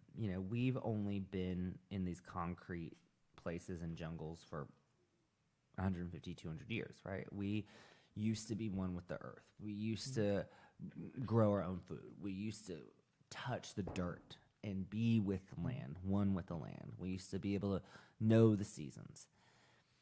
And, even now you have a hospital room with a window in it, or even just a painting of nature. Or you go out in nature, anxiety goes down, heart rate goes down, breathing starts regulating, blood flow regulates. You heal faster when you go out into nature. So nature is intrinsically healing, and we're losing a core part of something. And again, this weapon, this thing is meant to be kind of not able to fully articulate well. And then when people start talking about it, right? Or people start saying, I just don't, something doesn't feel right. People start being like, oh, get on board or whatever it is. But we all know that, we get up, and we go to work, and we're making money, and we're like, okay, I'm being paid X amount of money, to do whatever it is. And short of owning your own business or anything like that, you are just kind of this. We are just kind of this cog in this wheel, and we keep on, and it's funny to me. I just don't, every new tax hike or every new insurance thing that comes out, we get a letter, your rates are going up.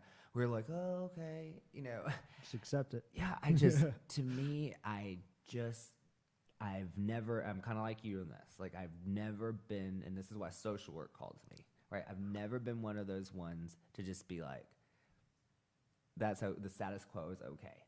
To me, and I see this in people too, it can always be better. In myself, I can always be better. I can always be a better friend, always be a better lover, always be a better therapist, always be a better employee, always be better, and that's, I think, the point where I'm trying to get to, is just raising consciousness and helping people, because people help me. and we all need a helping hand. And, you know, that doesn't mean not calling people on their stuff. I work with a lot of personality disordered folks, a lot of antisocials, a lot of borderline personality disordered people, and people with struggling with those. And so there's a lot of, you know, wrestling with your own demons, I think, in this kind of work and sorting those out. And I wouldn't choose anything else. Yeah. Sounds like you're tackling a lot of these issues. Try. Loneliness. Yeah. Ooh, that's a killer. It is. Something I struggled with early. Mm-hmm. And there was like a shift in thought process, mostly through like my meditation practice and stuff, because it was like had been driven home to like be with what is, feel it, be aware of it and feel it, kind of like lean into it.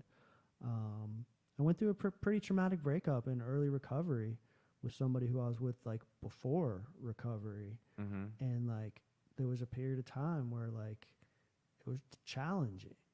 And for some reason, like this time I like learned to embrace it and like really was like, okay, this being lonely is so like gut-wrenchingly uncomfortable that this is what I need to work with.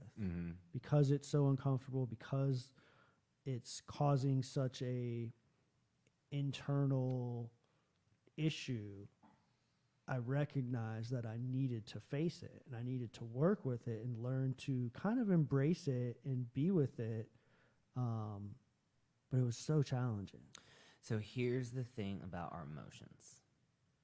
They are uncomfortable for a reason, because they are trying to get you to act. Every emotion has a set of actions that come with it. And loneliness, and this is what typically happens, is we feel loneliness. We feel the feeling. It's so uncomfortable. And somewhere in there, we attribute that feeling as I'm not worth, or I can't connect with.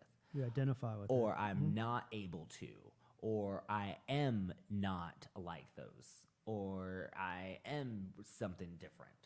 And we, instead of understanding that loneliness is uncomfortable for the reason that it is literally trying to get you up and out of your couch and out of the house and connecting with people. As soon as you do that, loneliness will go away. Loneliness is uncomfortable because it's trying to motivate you to get out, but we misattribute it and we say, oh, I can't. I mean, it feels so awful that you just can't. You know, it's so almost get out. And to change any emotion, you just do the opposite of whatever the action urge is. You know, so loneliness, sadness is going to get you isolated. You're going to withdraw. So to change that emotion right now, get up, get out, go connect. Healthy connection. Exactly. Yeah. Anger. I'm angry at Steven. Oh, I'm so angry at Steven, right? I'm never going to forgive Steven, right? So I may not want to do something. So the action urge for anger is attack. So I may not want to do any, you know, I may want to attack you, but I can't. Or I may have cussed you out and I walk out. And I'm still feeling angry, because when you act on an emotion, so the more I withdraw, the more I isolate, the more I get sad, the more I cuss you out, yell, scream, punch, the more angry, the angrier I'm going to get. But if I go out here and the desk lady says, have a good night, and I say, thank you, have a good night, and I throw her a $5 tip, anger is going to immediately go away, because I did something nice. I did the opposite of what that action urge was. Kill them with kindness. Yes. And it works for all the emotions, you know, sadness, you know, guilt, shame, anger, fear. Fear is an important one. I have a lot of people who come in and say, I can't ask people out on a date. I can't talk to people. Right? Been there. Right? Yeah. And so I say, okay, so your homework is to ask 4 people out by the next time I see you next week. Okay. And then so the fear's action urge is to what? run away. Run away. Fear of right? rejection. Right. Fear of. Right? Fight or flight. Mm-hmm. Most likely, we're gonna avoid. So we're avoiding. I'm afraid of flying on airplanes. I'm gonna avoid getting. I'm gonna drive anytime I could fly. You know, I'm afraid of talking to girls. I'm afraid of talking to men. I'm gonna avoid. You know, doing that. So to change that emotion, you approach, right? So I'm afraid of elevators. Instead of taking the stairs, I'm going to get on the elevator. And then once I learn that I'm going to reach to the top, I'm going to land in the plane, you know, because fear fits the facts when your life, well-being, and health are in danger. Natural response. Right. So when you're craving and you have anxiety, we misattribute that as, oh, I need to self-medicate this, I need to use, I need that drink, I need that whatever it is. When in fact, your brain and body are so in tune that that anxiety is like you're about to discharge from the hospital, you're about to discharge from, you know, that sober living home, and you have that anxiety. And we're like, oh shit, see, I knew that wouldn't, I should use, or whatever it is. No, that anxiety crept up because it understood that somewhere in your environment, it's uncomfortable because your life, health, and well-being are in danger. You're in danger of relapse. And it's trying to get you to stand up and notice. Whenever you feel fear, you should look up and you should say, all right, something is up in my environment. Something is trying to get my attention. Love, same way, right? There's a mating opportunity, right? It's like, oh, woo, you know, and you're like, okay. Emotions are strong because they want you to pay attention to something in your environment. 85% of the time, your emotions are correct. That 15% of the time, you know, trauma, whatever it is, there's going to be false alarms. And so anyway, I could talk all day. I got nothing but time, man. The CBD stuff, man. Yeah. You know, I've had like different conversations with different people, both in long-term recovery. I've read some of the research. I've heard good things.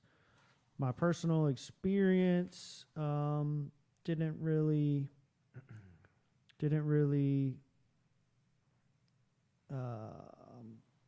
I wasn't really a fan of it personally, but I've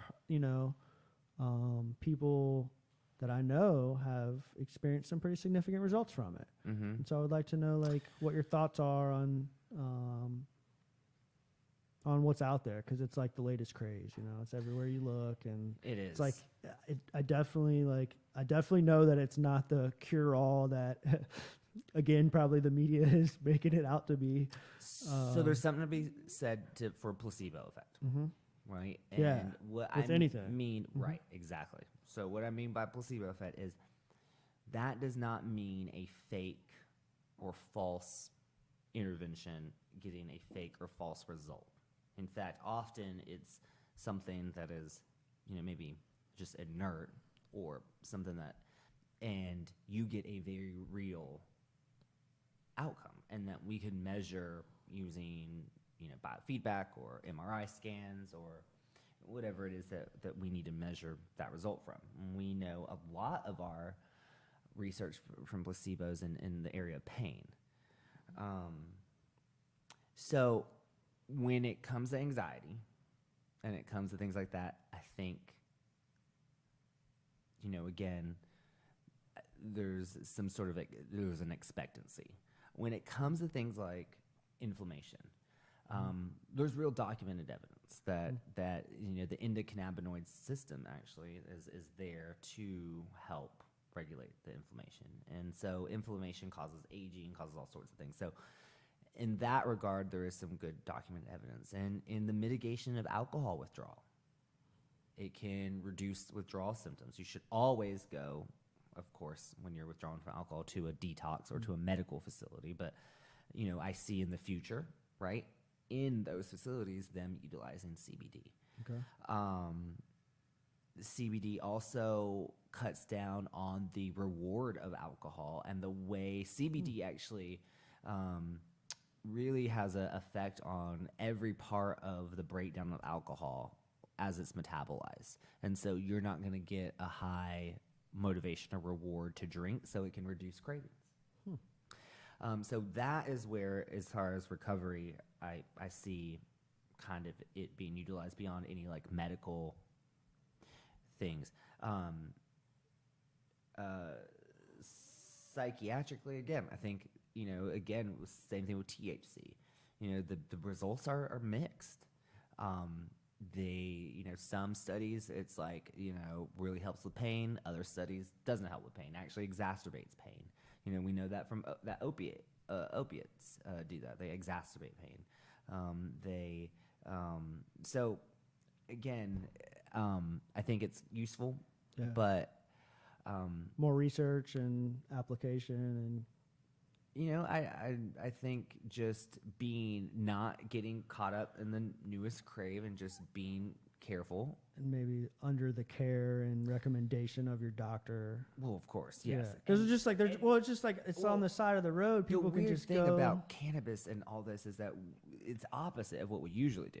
Right? So we have, because of politics, have not been able to research it. So we actually don't really know a lot about what its effects are, right? And that's just starting to come out. Yeah.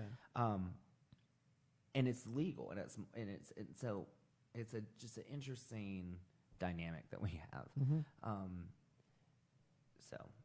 Like, I know Asheville's had them for a considerable amount of time, but just like about a month ago, our first little CBD dispensary opened up down the road.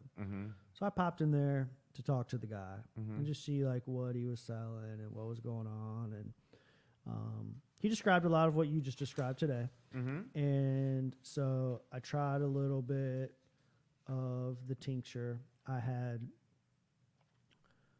about a month prior injured myself playing basketball. 37 years old, I can't hit the basketball court like I used to. Tore my MCL up, and that affected my exercise routine. Yeah. I hit the gym 3 to 4 times a week, mostly cardio. Yeah. And it pretty much like put that to a screeching halt. Did a knee brace. I mean, it was so much pain. I didn't go to the doctor because I'm uninsured. Should have gone to the doctor, I'm sure. But so bought a little knee brace because it was so painful that I couldn't walk up the steps at my house. Like, it was bad. And so I did the knee brace for like 3 to 4 weeks. Started feeling a little bit better. Took the knee brace off. First time back to the gym, hurt it again. Like, it just painful, So I tried a little bit of the CBD, and the two things that I noticed was, number one, it just tasted too much like cannabis to me. So it was kind of like, well, if I'm going to go through all this, do all this stuff, I might as well just get high. You know what I mean? It was just too close. Like, my being aware of like my mind and my body, I felt like it made me feel like something was missing because I wasn't high. It made me feel like something was missing. And then number two, like, a lot of people have talked about like helping with sleep and that sort of thing. It did not help me with sleep. I had trouble going to sleep at night. Once I fell asleep, I got a good night's sleep. However, I woke up groggy as hell in the morning. Yeah. But your endocannabinoid system is already regulating very well. And so you add in something exogenous to it, exogenous to it, you're gonna, your brain's gonna have to adjust.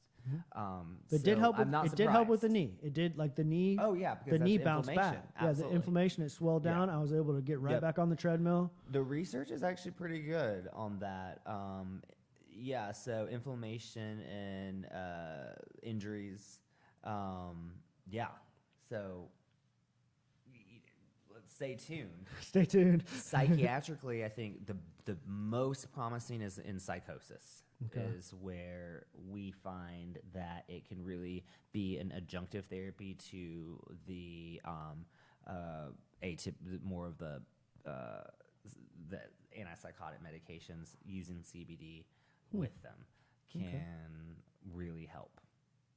That's interesting. And then, like, another one of my friends, same thing. Like, we went there together, and she's experienced great results. Now, it could be some of that placebo stuff we were talking about, or it could be, There's even placebo in therapy. Yeah. You know, I all the patients that get seen in private practice, like they all leave feeling better the first session. And I mean, we've, you know, Sure. just by paying attention to someone, we're changing neurobiology. Yeah. You know, we're activating oxytocin. And they're going into it with some positive mindset, expecting, Sometimes. hopefully expecting Yes. results. Yes. People have told them, hey, you're gonna get better or whatever. Bo's a badass. Yes. Yeah. So you're gonna get that positive expectancy. Absolutely. You hit show it them some. right on You the show them button. some good attention. They're expecting results. They get the results. Yep. And then so there's a placebo effect even in therapy, and I tell them that.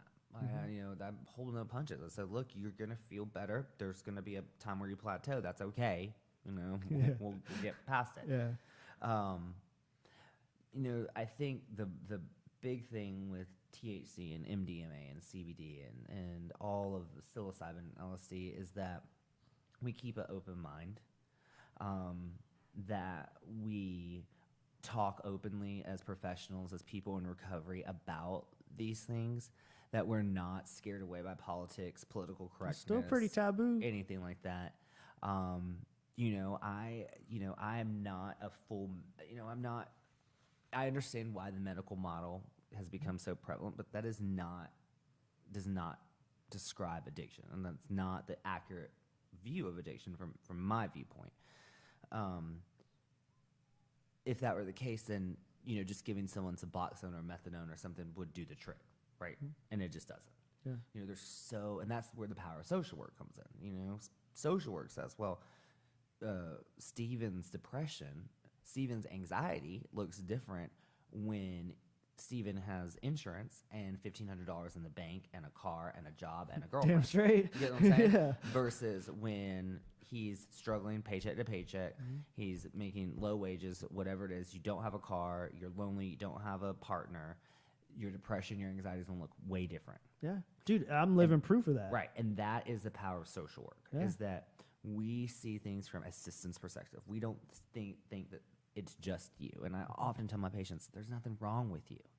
Often you are reacting normally to some messed up situations that have happened. Look at the society. It's no indication of well-being to be functioning well in a sick society. Yeah. Right? There just isn't. And so to be a little depressed, to be a little anxious, to be a little angry, well, I'd say given the world that we're in right now, that is pretty typical, right? So let's work through that. Let's unpack this. How do we get through this? The question is, how do we live in this world? How do we live in this world? We're all just walking each other home, right? And that's one of my favorite quotes. I've heard it. You know, and it's on my Psychology Today thing and on my Open Path thing. And I really do believe that. You know, we're all just walking each other. I don't know. I don't have this figured out any more than you do. And I learn so much. I'm inspired. You know, what better group, seriously, to be around than a group of men or a group of people who are in recovery, who are wanting and mindfully trying to make better lives and better people themselves.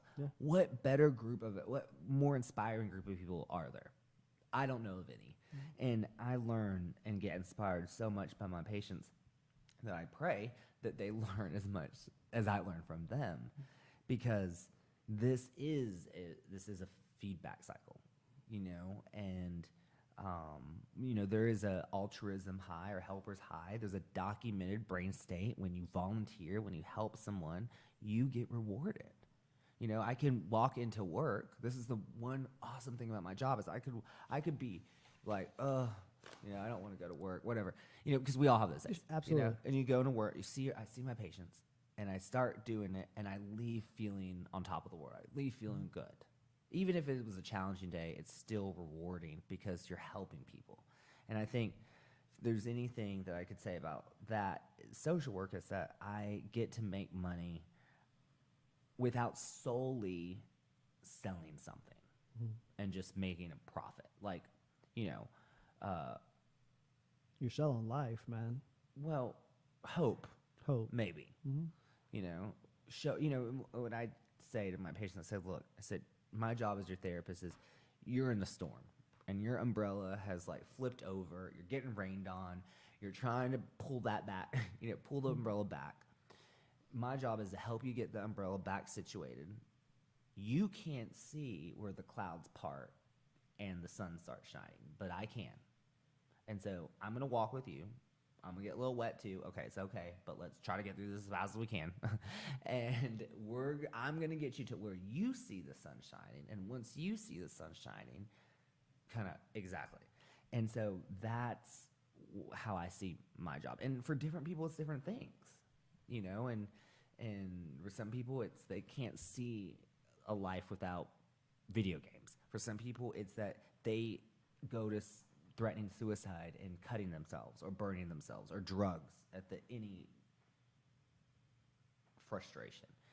So it's different for different people. And then the dialectic is once that is, because you have the thesis, you have the antithesis, and then you create the synthesis. So once you solve, say, addiction, and you're in a sober living house, then you have to get a job, then that creates one. Then you have to keep the job. Then you have to pay that back child. Then you know. So everything creates an equal and opposite reaction. During Barack Obama's tenure, we had again, black president, rise in hate groups, right? Mm-hmm. You have the president we have now, and you have a rise in minorities and women in power. Yeah, that's dialectics, and that is you can love getting high and also realize it's ruining your life. I can love you and hate you, and that's okay. And that's okay, and and non-judgmentally understanding that. Okay, that's okay. And integrating these experiences. Oh, yeah, been there, done that, right? Mm-hmm. But we don't, and I think that's the attachment, and that's not being mindful, right? We're still that gangbanger. We're still that, we're hustling something else now, but we're still there. Mm-hmm. And it's like, let's incorporate that, and let's, hustle sober living houses. Yeah. Right? Let's take that. And let's be a legitimate entrepreneur. Let's take what you were saying, that rebel side of you, and let's create a podcast that gets these ideas out there. Let's funnel that into something that is more pro-social. Yeah, and not just like benefit yourself, but benefit society or your community or whoever it is. Yeah. It's a lot to deal with, man. Yeah. How do you balance all it from your personal life, man? I have great friends that put up with way more than they should from me. I have great baristas that make wonderful smoothies and lattes for me. I exercise. I read. I sleep a lot. I like sleeping. I that's one of my coping skills, and there's a good hard reset I can do. I was just like, okay, go to sleep, and then I wake up, and it's like, what was I worried about? And so I like sleeping. There's so much we could do a whole podcast on sleep. Sleep and dreams is so fascinating. Do you, with your work, where you work, do you know any doctors or anybody that specialize in sleep? Oh, well, we have the neuro. We have the we do that like if they're doing like seizures. Or something. That's that's a topic that's been on my radar. Yeah, I would like for you and somebody to come back and let's do an entire podcast about sleep at some point down the road. Let me do some digging. Let me see who would. I put you must have missed it. It might have even been before we were friends. Like 2 or 3 months ago, I put some posts out there like, hey. Anybody know any neuroscientist or any sleep pathologist or anybody that specializes in sleep and specifically like the neuroscience behind what happens while you're sleeping and the importance of healthy sleeping habits and stuff like that? I could speak to that. So, for one, your brain is more lit up. If I were to do a scan of your brain while you're sleeping, you are more awake than right now. You do 95% of your physical and psychological healing in your sleep. So, like when you're like getting rest from sleep, from being sick or having a physical injury, your body is repairing itself. You're consolidating memories. You are problem solving in your sleep. Have you ever heard the term "just sleep on it"? Yeah. You know, so That's scientific. I've heard of scientific data behind it. Oh yeah. Yeah. Absolutely. So in the first 45 minutes that you're sleeping, you actually go through your whole day. So when you first fall asleep, you actually replay, and I mean so well that if I were to hook you up, if I were to put, monitor your every movement, and then I were to hook you up to your brain and then monitor it on a screen, I could tell exactly in your day where you were by your brainwaves. No shit. In your dream. Absolutely. Kittens, kittens have the same, a lot of our studies on sleep actually are done on kittens, because kittens mimic our human brain sleep waves out of the best. Closest. Mm-hmm. Huh. So like a lot of the studies that we haven't been able maybe to do on humans, we've done on kittens. But anyway, so I find sleeping fascinating for a number of reasons. It's the most dangerous thing that humans actually do. And every time I tell my patients that, they're like, what? So why would it be so dangerous? Any ideas? I don't know. So What's that? we are paralyzed and we're completely tuned out. So evolutionary psychologists have actually we actually don't even really know why we sleep. Let me just put that out there. So, but evolutionary psychologists have some good ideas about what happens and why we dream. Only mammals dream. And so there's some speculation that has to do with hunting and being a predator and so forth. But it's dangerous because we are prey. And so that's why they have been so perplexed, because they're like, okay, there has to be a very important reason why we do this, because every single living thing, from single-celled organisms to us, has a active and a resting phase. And so why? And that's a perplexing thing. And again, I think it goes back to consolidation of memories, and you prune different neurons and so forth. But really, the mystery on sleep has not been solved of the why. Mm-hmm. And it's hard for individuals, like say in early recovery, to form healthy sleeping habits, because they've been so accustomed to not having those sleeping habits. It's probably even more crucial in like the repairment of the brain and developing neural pathways and stuff like that. Oh yeah, absolutely. And that's and there's a set of skills that we say, and they're the pro-evolutionary skills, right? In the very beginning of recovery, these are the ones that you should focus on. And the reason why is because they get your brain back online the fastest. Because essentially what dopamine and the things that you're using for drugs are dopamine's a neurotoxin at high levels. We need dopamine to run. And so if dopamine, think of it as like, going through the doors of Target, right?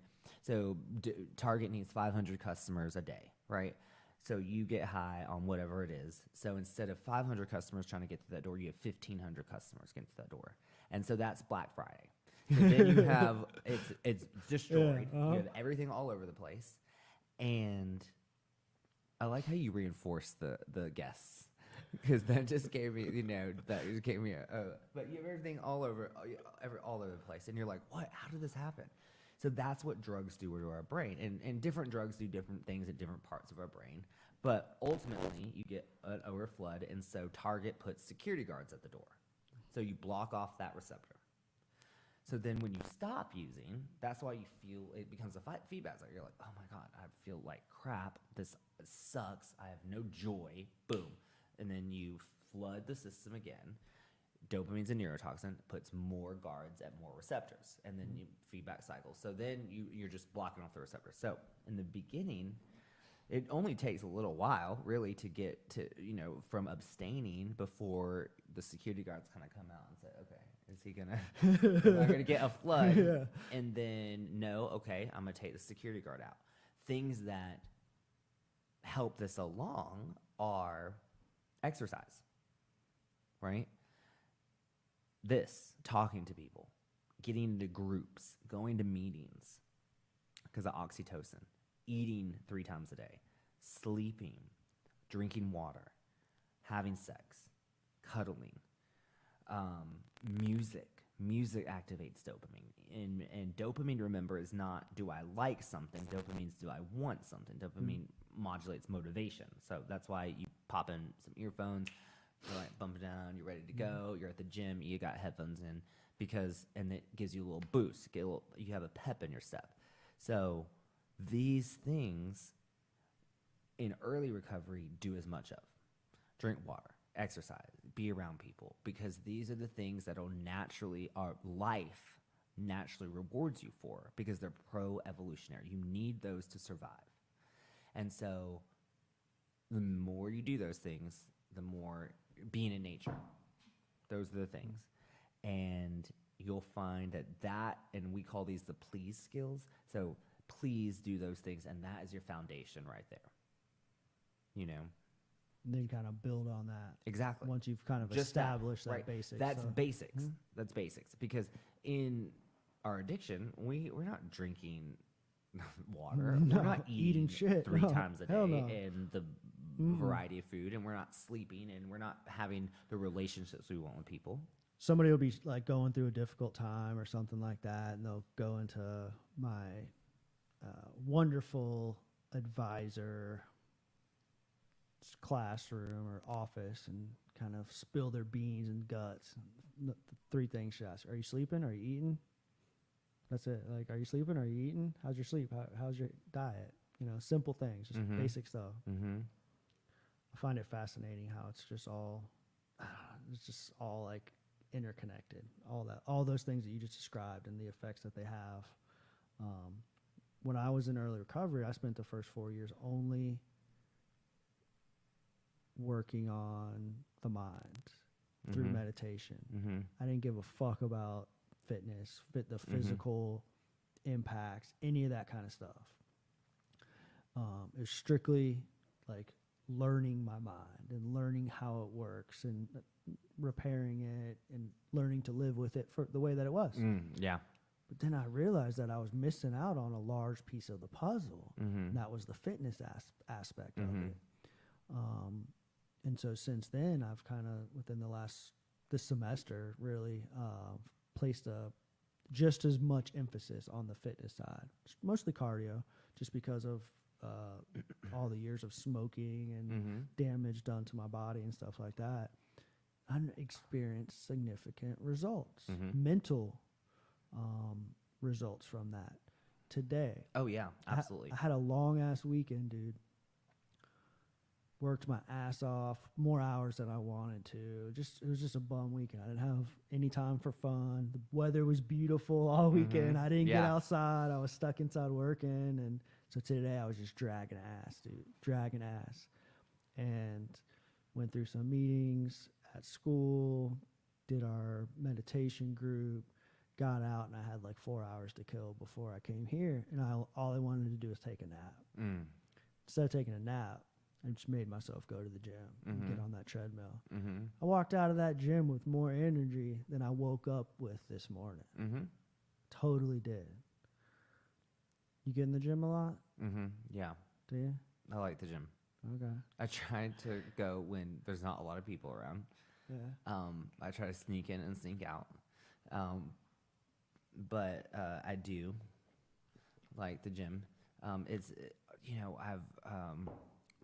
I played sports in high school, and so typically what you see, and this was true for me, is that whatever kind of athletic or whatever exercise regimen you have in high school in that early part of your life, early adulthood, is what you tend to stick with, and that has been true for me. I don't try to get. I do muscle, I do resistance, but and cardio. I like to dance, but I don't. It's more just maintaining adequate frame, essentially. Hell yeah. But and that's interesting. caution my patients because a lot of times they will go from substance use to, gaming or exercise addiction or shopping or gambling or sex or serial relationships. So I'm not cautioning you, but, and that's, again, where I find the medical model lacking. And often in recovery, I tell my patients because they think, because this idea that, so-and-so can drink X amount and why can't I? And it's not that the drugs aren't addictive necessarily. And they're like, what do you mean, Bo? The drugs are addictive. And I said, well, no, they're not, because in what you're saying, you're actually proving my point, right? Because if they were addictive, then everybody who had these, used these opiates, smoked, drank wine, would be addictive. But they're just not. And that is where we come in and we say, okay, what's going on here? Because it's multifactorial. It's a perfect storm to create somebody that's clinically addicted. I mean, of all the people who use a substance, a very small majority are physically dependent, right? Mm-hmm. So if you took away my latte, right, you said no more soy vanilla lattes for you, Bo, right? And I would have a physical withdrawal, right? Mm-hmm. I'm physically dependent on caffeine. Am I addicted to caffeine? No. Right? I'm not going to go and, I'm not going to continue beyond negative consequences. You're not going to go behind the counter at Starbucks and make your own latte. No. And so what is the thing what are those things that are the perfect storm, and just educating on them and educating that it's not the drug. So let's take the drug out of this. Let's because we get so focused on that. Yeah. I got one for you. Yes. Real quick, because we're running out of time. Yes. How these drugs interact with each other. Okay, I'm gonna bounce a story off of you, and I want your input. I quit smoking cigarettes 2 years ago, and I started vaping, right? And so I vaped for 2 years, and I decided that it was time to stop vaping. I'd had enough. I started experiencing some effects from it, and I decided I want to stop vaping. So used a nicotine replacement, lozenge deal, worked great. No cravings. Weaned off of that. Did it for a little over a month, like weaned down, small dose in milligrams, got all the way down to like breath mints, no nicotine. I was on no nicotine for about 3 weeks, 0% zero nicotine in my body. And I had an assignment in class to do a 10-day challenge where we give up something for 10 days and write a paper about it, kind of be aware of what it was like to give something up. So I decided, brilliant move on my part, I decided to give up coffee. Okay. So I'm already feeling anxious. Are you? Yeah. It wasn't that bad, man. I didn't say caffeine. I just said coffee. Yeah. So I'd have like a nice cup of tea in the morning before I left the house, and then maybe like a sugar-free Monster or something later on in the afternoon, depending on what my day was like. The first 5 days were a piece of cake. Literally minimal effects from not having coffee. The 6th day, my nicotine craving shot through the roof. Like extreme nicotine cravings. You like scales? It's a 10. Okay? That day, I bummed a cigarette from somebody. That evening, I bought a pack of cigarettes, and I smoked cigarettes the whole rest of the 10-day challenge. So it was like, So I would hesitate to say that had anything to do with the caffeine. It would be interesting to figure out what was going on during that day and so forth, and like, whatever it was, but again, but then it could, I don't know. Interesting. Yeah, it was really like, it didn't seem like life's good. The last year and a half have been just really content, not like low stress. Like, I don't know. I do want to say one thing about the CBD thing and medications. CBD actually almost virtually interacts with all medications. Okay. So you do, if you are going to take a tincture or anything like that, and you have a doctor, psychiatrist, preferably, you want to run that by them and just make sure that you're not going to cause yourself any harm or just even nullify the effects of another medication. I was taking that stuff at the time. I'm not on any medications, but I was taking the CBD at that time. I don't know. No telling? Yeah. It's interesting. Well, listen, man, you're a badass. Well, thank you. I appreciate you coming on. I really do. How can people connect with you if they're interested in checking out some of your services? Well, they can find me on Psychology Today or Open Path, where I do sliding scale. So awesome. Bo Hess, thank you. You're a killer, man. I love it, dude. Thank you, sir. Thank you so much. I can't wait to do it again. Thanks, Steven. Y'all have a good night. You too.